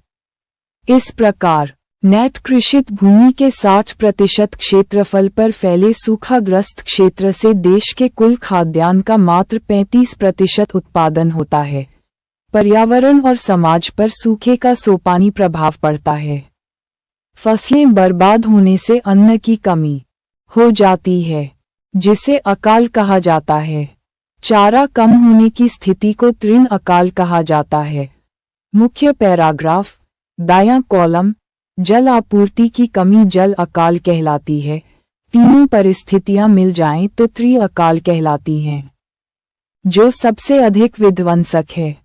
सूखा प्रभावित क्षेत्रों में वृहद पैमाने पर मवेशियों और अन्य पशुओं की मौत, मानव प्रवास तथा पशु पलायन एक सामान्य परिवेश है। पानी की कमी के कारण लोग दूषित जल पीने को बाध्य होते हैं। इसके परिणामस्वरूप पेयजल संबंधी बीमारियां जैसे आंत्रशोथ, हैजा और हेपेटाइटिस हो जाती हैं। सामाजिक और प्राकृतिक पर्यावरण पर सूखे का प्रभाव तात्कालिक एवं दीर्घकालिक होता है। इसलिए सूखे से निपटने के लिए तैयार की जा रही योजनाओं को उन्हें ध्यान में रखकर बनाना चाहिए। सूखे की स्थिति में तात्कालिक सहायता में सुरक्षित पेयजल वितरण, दवाइयाँ, पशुओं के लिए चारे और जल की उपलब्धता तथा लोगों और पशुओं को सुरक्षित स्थान पर पहुंचाना शामिल है।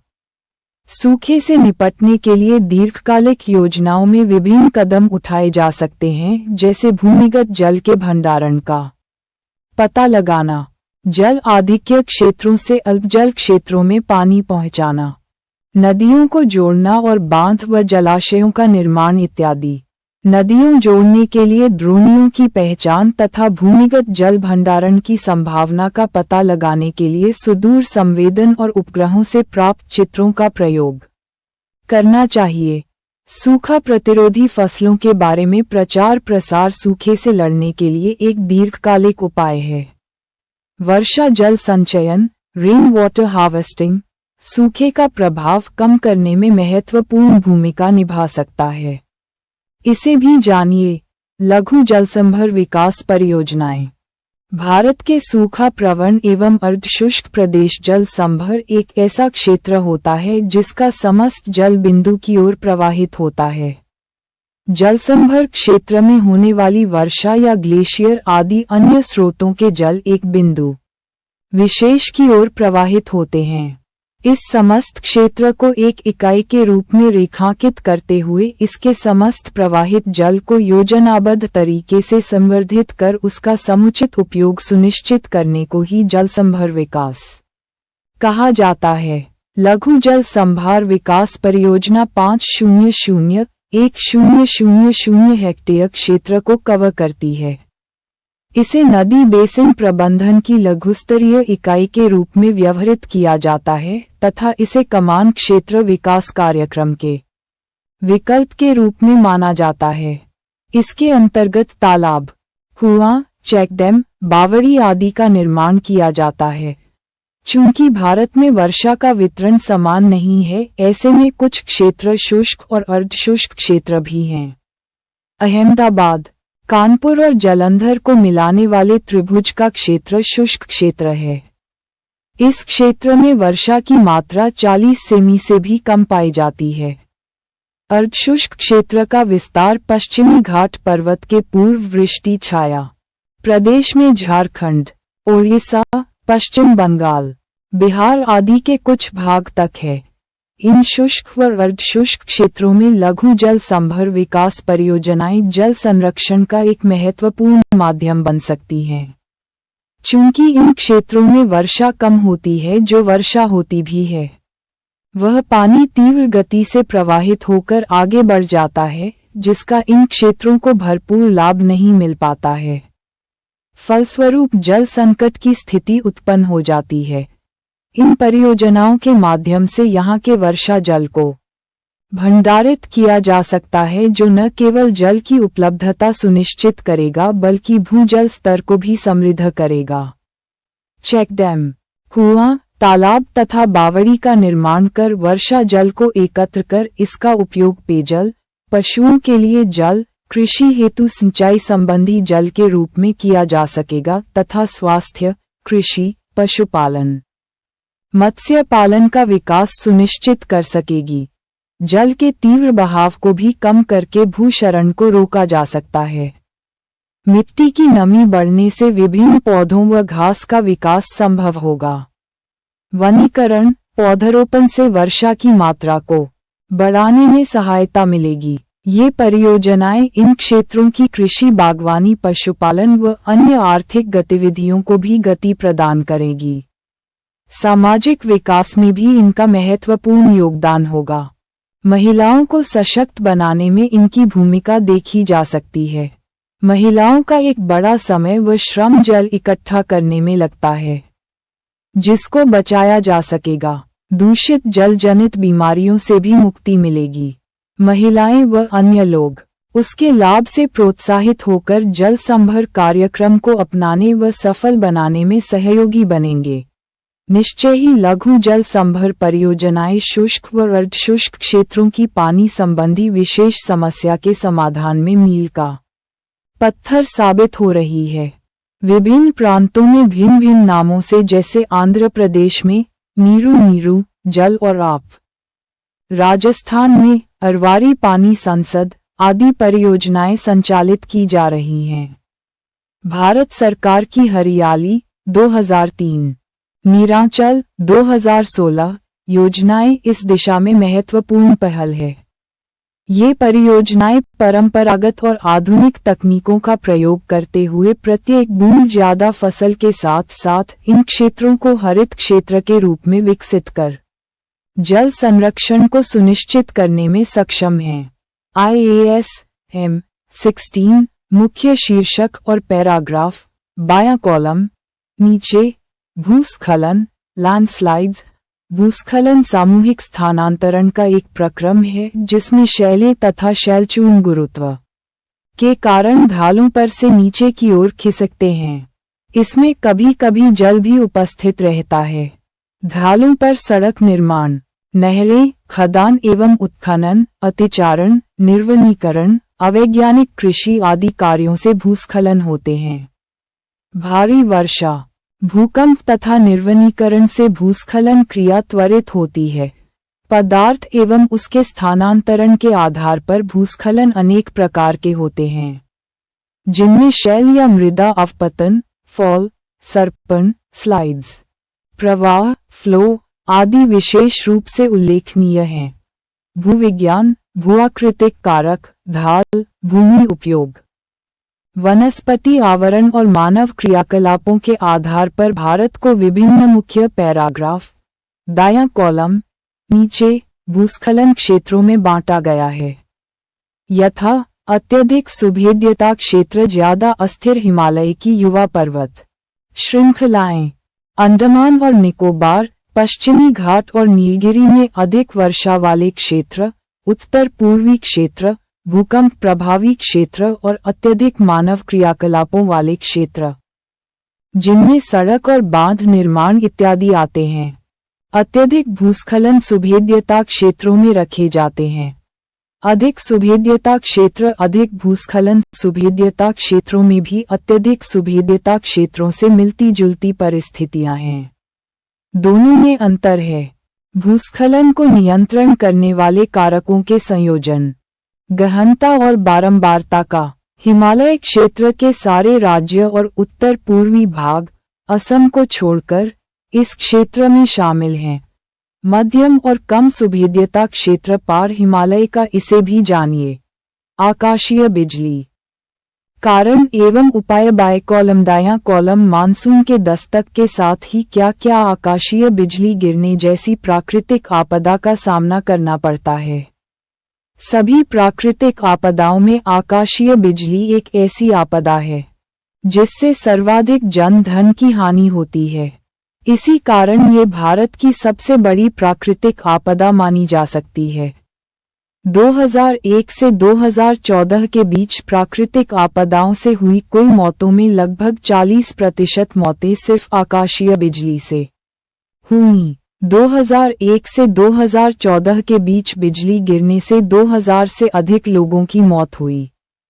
वहीं 2016 में तो बिजली गिरने से 3315 लोगों की जान गई थी। वहीं 2018 में प्राकृतिक आपदाओं में कुल 6891 लोगों की मौत हुई, जिसमें 2357 अर्थात 34% मौतें सिर्फ आकाशीय बिजली से हुई। इस आपदा में इंसानों की मौत के साथ ही पशुओं की भी मौत होती है। हरे पेड़ पौधे, पवन आदि भी क्षतिग्रस्त होते हैं। तारांकन आकाशीय बिजली, जिसे आमजन की भाषा में बिजली गिरना कहा जाता है, जिसका प्रमुख कारण बादलों में विद्युत आवेश का उत्पन्न होना है। बादल वाष्प के संघनित रूप हैं। ये ऊपर जाकर संघनित होकर बर्फ के टुकड़ों का रूप ले लेते हैं। छोटे टुकड़े ऊपर और बड़े टुकड़े नीचे की ओर आते हैं। इसके आपस में घर्षण से इलेक्ट्रॉन मुक्त होते हैं।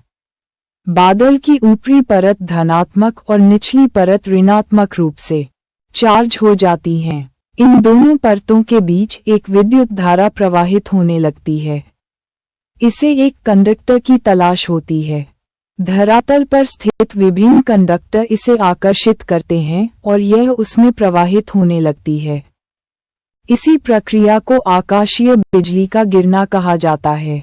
आकाशीय बिजली के कई प्रकार होते हैं जो अधोलिखित हैं। तारांकन इंट्रा क्लाउड, ये पूर्णतया बादल के अंदर होता है। तारांकन क्लाउड टू क्लाउड, ये दो या दो से अधिक बादलों के बीच उत्पन्न होती है। तारांकन क्लाउड टू ग्राउंड, यह बादल और धरातल के बीच उत्पन्न होती है। तारांकन बोल्ट फ्रॉम द ब्लू, यह ऊपर उठते वायुमंडलों के भीतर उत्पन्न होती है। तारांकन बिजली गिरने की घटनाएं निरंतर बढ़ रही हैं। बर्कले विश्वविद्यालय के 2014 के एक अध्ययन के अनुसार वैश्विक तापमान में प्रति 1 डिग्री सेल्सियस वृद्धि के साथ आकाशीय बिजली गिरने की घटनाओं में 12% की वृद्धि हुई है। तापमान में ऐसे ही वृद्धि होती रही तो इस सदी के अंत तक बिजली गिरने की घटनाओं में लगभग 50% की वृद्धि हो जाएगी। तारांकन आकाशीय बिजली की घटनाओं को रोका तो नहीं जा सकता क्योंकि यह एक प्राकृतिक प्रक्रिया है, परंतु इसकी दर को बढ़ाने वाले मानव जनित कारकों को कम कर घटनाओं की वृद्धि दर को कम किया जा सकता है, जैसे ग्लोबल वार्मिंग पर नियंत्रण करना।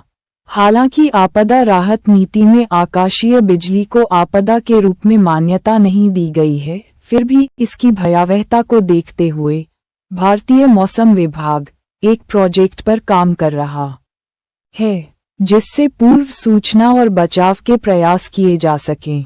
पहली बार climate resilient observing system promotion council जैसी एक गैर लाभकारी संगठन जिसने भारतीय मौसम विज्ञान विभाग के साथ मिलकर 2019 में बिजली गिरने संबंधी घटनाओं पर एक रिपोर्ट जारी किया है। तारांकन बिजली गिरने से होने वाली क्षति को प्रारंभिक चेतावनी प्रणाली का विकास कर जागरूकता फैलाकर कम किया जा सकता है। इस क्लाउड लाइटिंग स्ट्राइक के अध्ययन से बिजली गिरने की घटना की 30-40 मिनट पहले भविष्यवाणी की जा सकती है। NDRF द्वारा जारी एक वीडियो में बचाव संबंधी विभिन्न उपायों का उल्लेख किया गया है। बिजली गिरने की घटना से होने वाली क्षति को अधोलिखित उपायों से न्यूनतम किया जा सकता है। तारांकन इमारतों, घरों आदि में त्वरित चालक लगाना अनिवार्य करना चाहिए। तारांकन आकाशीय बिजली को प्राथमिक विद्यालयों के पाठ्यक्रम में शामिल कर बच्चों को भी इससे अवगत कराना चाहिए। तारांकन बरसात और तूफान के समय घर के अंदर रहना चाहिए। यदि बाहर हैं तो हरे पेड़, धातु के खंभे आदि से दूर रहें। समूह में हों तो एक दूसरे का हाथ पकड़कर न रहें। छतरी को दूर रखें। कार या वाहन का शीशा बंद रखें। तारांकन इलेक्ट्रॉनिक वस्तुओं व मोबाइल आदि का प्रयोग नहीं करना चाहिए। घर के सभी विद्युत उपकरणों को स्विच ऑफ कर उनसे प्लग निकाल देना चाहिए। तारांकन घर से बाहर रहने पर बिजली चमकते समय कान पर हाथ लगा लेना चाहिए। दोनों एड़ी सटाकर उकड़ू बैठ जाना चाहिए। तारांकन बिजली गिरने की सर्वाधिक संभावना दोपहर में होती है, अतः इस समय अधिक सचेत रहें। तारांकन उपर्युक्त उपायों को अपनाकर बिजली गिरने की घटना को भीषण आपदा बनने से रोका जा सकता है। इस संबंध में तीव्र इच्छा शक्ति वाले क्षेत्रों पर अधिक ध्यान देना श्रेयस्कर होगा। वहां स्थानीय प्रशासन को आमजनों के साथ कार्य करना समीचीन होगा। वृष्टि वाले क्षेत्र लद्दाख और हिमाचल प्रदेश में सिमिली, अरावली पहाड़ियों में कम वर्षा वाला क्षेत्र, पश्चिमी व पूर्वी घाट के व दक्कन पठार के वृष्टि छाया क्षेत्र ऐसे इलाके हैं जहां कभी कभी भूस्खलन होता है। इसके अलावा झारखंड, ओडिशा, छत्तीसगढ़, मध्य प्रदेश, महाराष्ट्र, आंध्र प्रदेश, कर्नाटक, तमिलनाडु, गोवा और केरल में खदानों और भूमि धंसने से भूस्खलन होता रहता है। अन्य क्षेत्र भारत के अन्य क्षेत्र विशेषकर राजस्थान, हरियाणा, उत्तर प्रदेश, बिहार, पश्चिम बंगाल, दार्जिलिंग जिलों को छोड़कर, असम, काबी आंदोलन को छोड़कर और दक्षिण प्रांतों के तटीय क्षेत्र भूस्खलन मुक्त हैं। भूस्खलन के परिणाम एवं निवारण भूस्खलन का प्रभाव अपेक्षाकृत छोटे क्षेत्र में पाया जाता है तथा स्थानीय होता है, परंतु सड़क मार्ग में अवरोध, रेल पटरियों का टूटना और जलवाहिकाओं में चट्टानें गिरने से पैदा हुई रुकावटों के गंभीर परिणाम हो सकते हैं। शीर्ष मुख्य पैराग्राफ, दायां कॉलम, भूस्खलन की वजह से हुए नदी रास्तों में बदलाव बाढ़ ला सकते हैं और जान माल का नुकसान हो सकता है। इससे इन क्षेत्रों में आवागमन मुश्किल हो जाता है और विकास कार्यों की रफ्तार धीमी पड़ जाती है। भूस्खलन से निपटने के उपाय अलग अलग क्षेत्रों के लिए अलग अलग होने चाहिए। अधिक भूस्खलन संभाव्य क्षेत्रों में सड़क और बड़े बांध बनाने जैसे निर्माण कार्य तथा विकास कार्य पर प्रतिबंध होना चाहिए। इन क्षेत्रों में कृषि नदी घाटी तथा कम ढाल वाले क्षेत्रों तक सीमित होनी चाहिए तथा बड़ी विकास परियोजनाओं पर नियंत्रण होना चाहिए। सकारात्मक कार्य जैसे वृहद स्तर पर वनीकरण को बढ़ावा और जल बहाव को कम करने के लिए बांध का निर्माण भूस्खलन के उपायों के पूरक हैं। स्थानांतरित कृषि वाले उत्तर पूर्वी क्षेत्र में सीढ़ीनुमा खेत बनाकर कृषि की जानी चाहिए।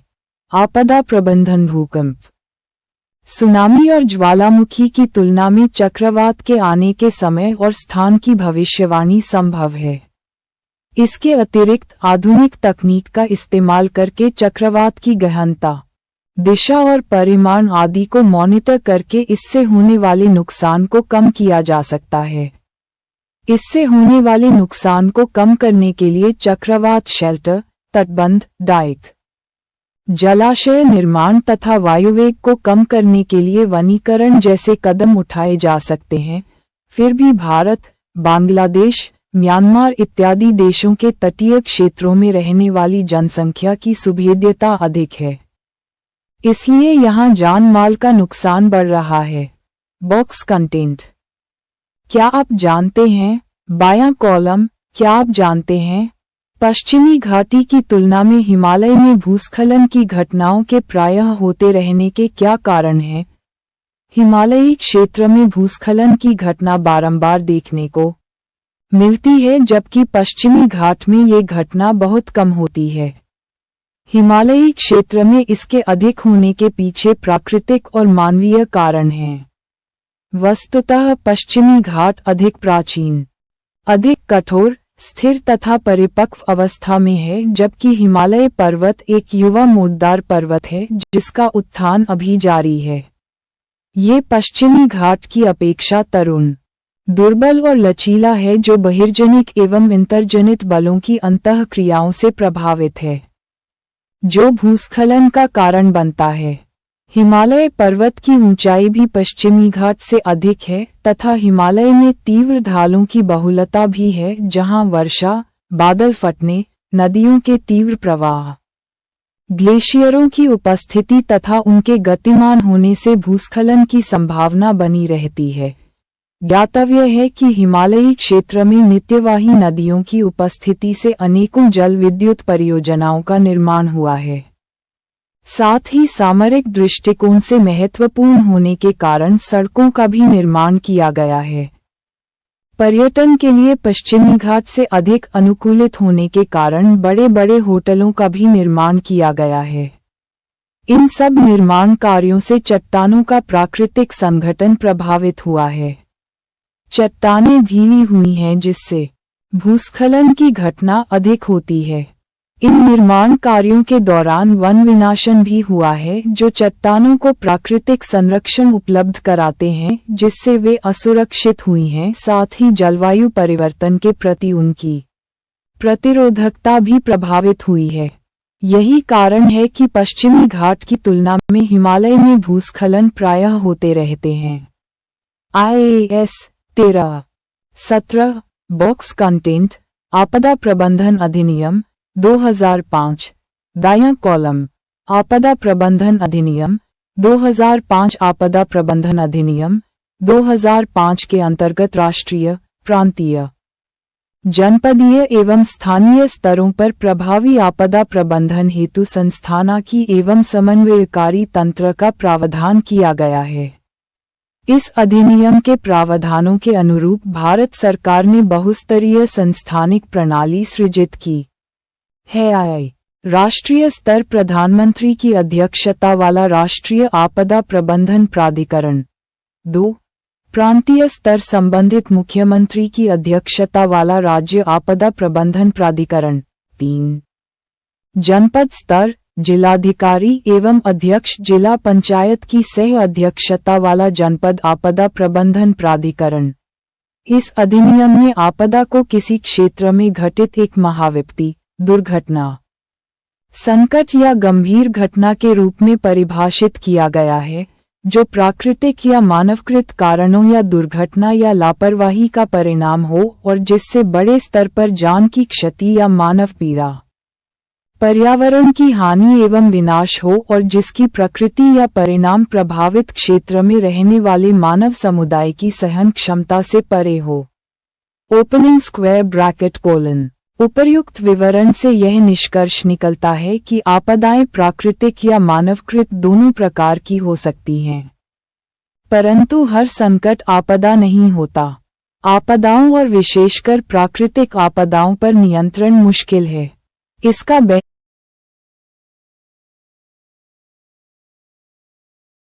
इनके निवारण की तैयारियां करना है। आपदा निवारण और प्रबंधन की 3 अवस्थाएं हैं। आपदा से पहले, आपदा के बारे में आंकड़े और सूचना एकत्र करना।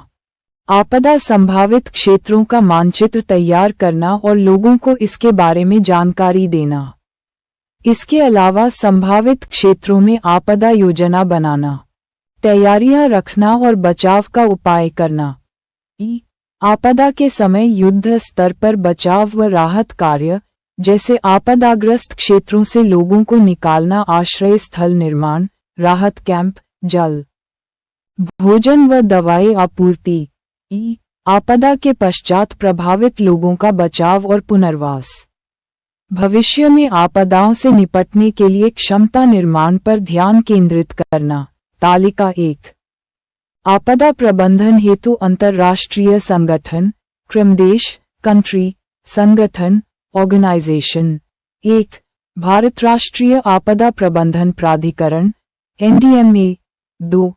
संयुक्त राज्य America Federal Emergency Management Agency, FEMA। 3. United Kingdom Civil Contingency Emergency Act, CCEA। 4. रूस Ministry of Emergency Situation, MES। 5. Australia Emergency Management Authority, EMA। 6. Germany Disaster Relief and Protection Program, DRPP। 7. Canada Public Safety Canada, PSC। 8. Netherlands National Coordinator for Counter Terrorism and Security, NCTV। 9. New Zealand Civil Defence Emergency Management Group, CDEMGS।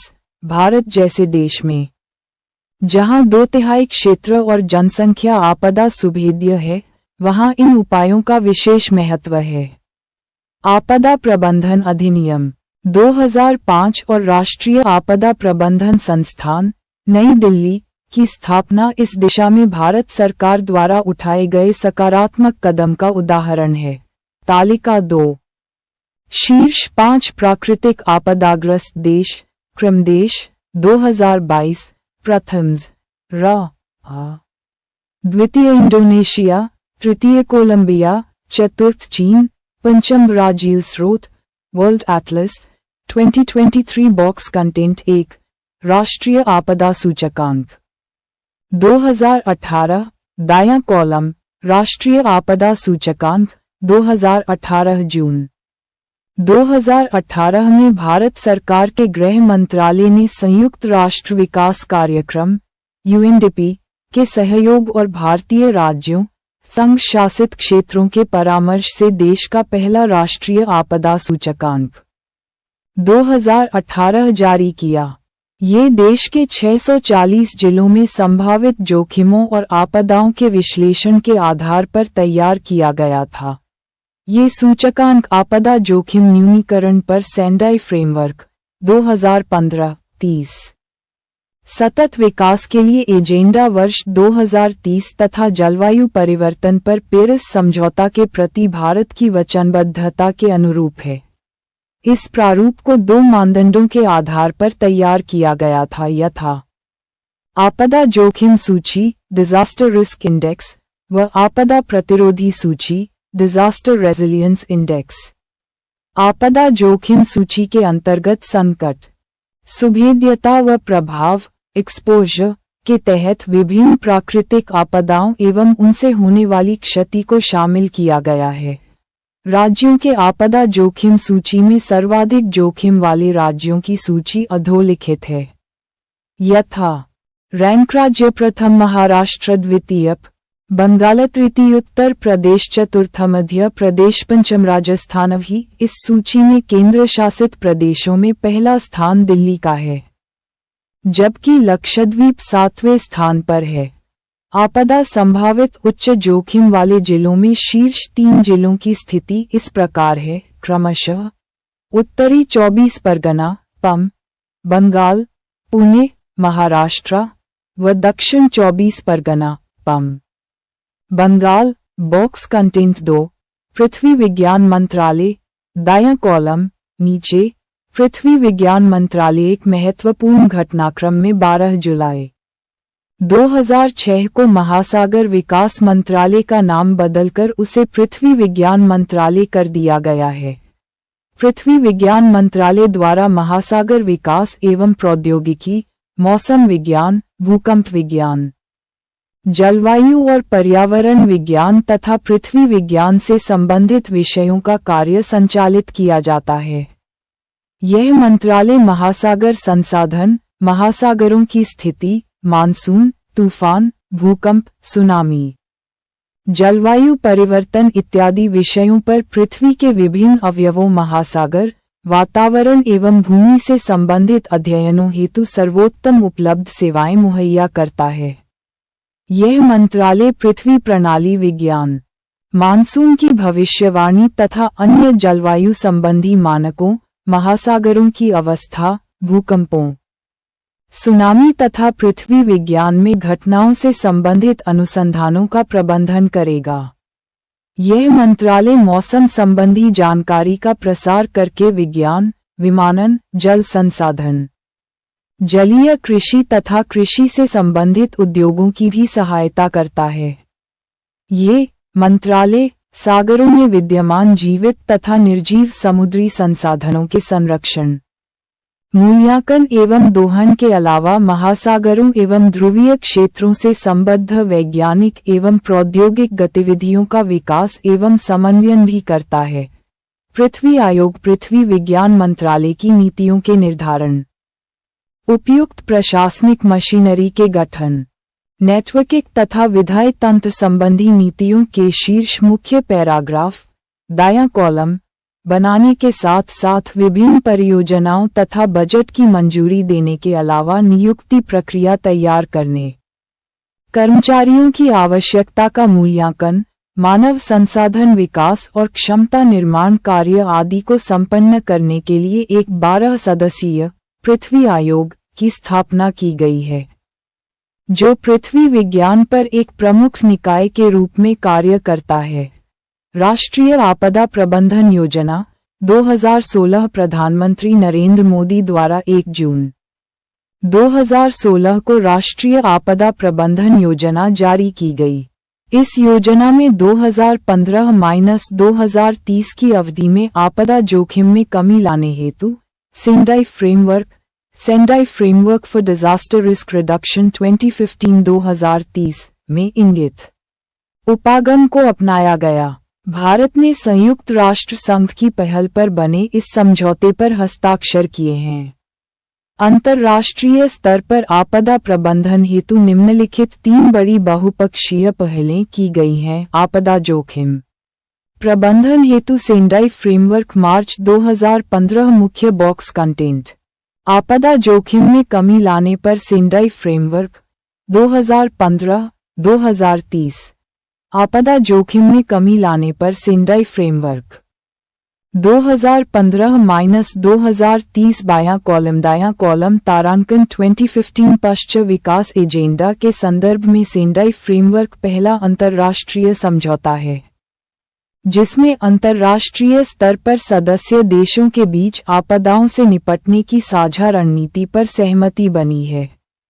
सितंबर 2015 में स्वीकृत संपोषणीय विकास लक्ष्यों 2015-2030 तथा वैश्विक जलवायु परिवर्तन पर Paris समझौते में भी आपदाओं से होने वाली क्षति को कम करने पर सहमति बनी है। सेंडाई फ्रेमवर्क के प्रमुख बिंदु निम्नलिखित हैं। पहली बार लक्ष्यों को क्रियाओं एवं अभिक्रियाओं के एक समुच्चय पर ध्यान दिए जाने के बजाय उपलब्धि आधारित लक्ष्यों के रूप में परिभाषित किया गया है। 2. फ्रेमवर्क में आपदा जोखिम में कमी लाने के लिए सरकार को केंद्र में रखते हुए आपदा जोखिम प्रशासन के सुदृढ़ीकरण पर बल दिया गया है। 3. पूर्व में आपदा प्रबंधन पर अधिक ध्यान दिया जाता था, जबकि अब आपदा जोखिम प्रबंधन पर ध्यान केंद्रित करते हुए जोखिम के कारकों को समझने पर ध्यान देने को प्रमुखता प्रदान की गई है। फ्रेमवर्क में प्राकृतिक खतरों से उत्पन्न होने वाली आपदाओं के साथ साथ अन्य सभी आपदाओं को समान महत्व दिया गया है। ये फ्रेमवर्क सामाजिक असुरक्षाताओं के साथ साथ पर्यावरणीय पहलुओं पर भी यथोचित ध्यान देता है। यह माना गया है कि आपदाओं में कमी लाने के लिए समन्वित पर्यावरणीय एवं प्राकृतिक संसाधन प्रबंधन उपागमों के क्रियान्वयन की भी आवश्यकता होती है, इसलिए इनका सुदृढ़ीकरण किया जाना चाहिए। इस फ्रेमवर्क में आपदा जोखिम में कमी लाने को एक नीतिगत मुद्दा माना गया है, जो स्वास्थ्य और शिक्षा जैसे अन्य क्षेत्रों से भी जुड़ा है। तारांकन सेंडाई फ्रेमवर्क द्वारा निर्धारित 7 वैश्विक लक्ष्यों को पूरा करने के प्रति भारत की प्रतिबद्धता आई। सन 2030 तक वैश्विक आपदा मृत्यु दर में प्रभावी कमी लाना, 2005-2015 की तुलना में 2020-30 के दशक में औसत प्रति 1 लाख जनसंख्या पर वैश्विक मृत्यु दर में कमी लाना। 2. सन 2030 तक वैश्विक स्तर पर आपदाओं से प्रभावित लोगों की संख्या में प्रभावी कमी लाना, 2005-2015 की तुलना में 2020-2030 के दशक में प्रति 1 लाख जनसंख्या आपदा प्रभावित लोगों की औसत जनसंख्या में कमी लाना। 3. सन 2030 तक वैश्विक सकल घरेलू उत्पाद के संदर्भ में प्रत्यक्ष आपदा आर्थिक हानियों में कमी लाना। सन 2030 तक संवेदनशील अधिरचनाओं में हुई हानियों एवं बुनियादी सुविधाओं स्वास्थ्य एवं शैक्षणिक सुविधाओं की बाधाओं के स्तर में कमी लाना। सन 2020 तक राष्ट्रीय एवं स्थानीय आपदा जोखिम में कमी लाने की रणनीतियां अपनाने वाले देशों की संख्या में वृद्धि करना। सन 2030 तक वर्तमान फ्रेमवर्क के क्रियान्वयन हेतु अपने राष्ट्रीय क्रियाकलापों के पूरक के रूप में विकासशील देशों को अंतर्राष्ट्रीय सहयोग में प्रभावी तरीके से वृद्धि करना। 7. सन 2030 तक बहु खतरे प्रारंभिक चेतावनी प्रणाली तथा आपदा जोखिम सूचना एवं मूल्यांकन तक लोगों की पहुंच और उपलब्धता में उल्लेखनीय रूप में वृद्धि करना। 2. संपोषणीय विकास लक्ष्य 2015-30 सितंबर 2015 3. जलवायु परिवर्तन पर पेरिस समझौता दिसंबर 2015 सेंडाई फ्रेमवर्क के अंतर्गत 4 प्राथमिकताओं को शामिल किया गया है, यथा आपदा जोखिम को समझना। 2. आपदा जोखिम का प्रबंधन करने के लिए आपदा जोखिम प्रशासन सुदृढ़ करना। 3. समुत्थान शक्ति हेतु आपदा जोखिम न्यूनीकरण हेतु निवेश करना। प्रभावी अनुक्रिया हेतु आपदाओं से निपटने की तैयारियों को बढ़ाना तथा बहाली, पुनर्वास एवं पुनर्निर्माण में बिल्ड बैक बेटर की स्थिति लाना। राष्ट्रीय आपदा प्रबंधन योजना सरकारी निकायों को आपदा शीर्ष मुख्य पैराग्राफ दायां कॉलम प्रबंधन चक्र के सभी चरणों के लिए एक ढांचा एवं दिशा निर्देश प्रदान करता है। ये योजना इस दृष्टि से एक गत्यात्मक योजना है। इसमें समय समय पर आपदा प्रबंधन हेतु वैश्विक स्तर पर अपनाई जाने वाली कार्यनीति का समावेश किया जाएगा। समग्र रूप से इस योजना का मुख्य उद्देश्य आपदाओं से होने वाली क्षति को कम करना है। ये योजना इस प्रकार से अभिकल्पित की गई है कि इसे आपदा प्रबंधन के सभी चरणों आपदा न्यूनीकरण एवं जोखिम कम करना, आपदा से निपटने की तैयारी, सी। अनुक्रिया, डी। बहाली, भौतिक अधोसंरचना को पूर्व की स्थिति में लाना में लोकपूर्ण तथा मापनीय तरीके से क्रियान्वित किया जा सकता है। ध्यातव्य है कि इस तरह की राष्ट्रीय योजना देश में पहली बार तैयार की गई है।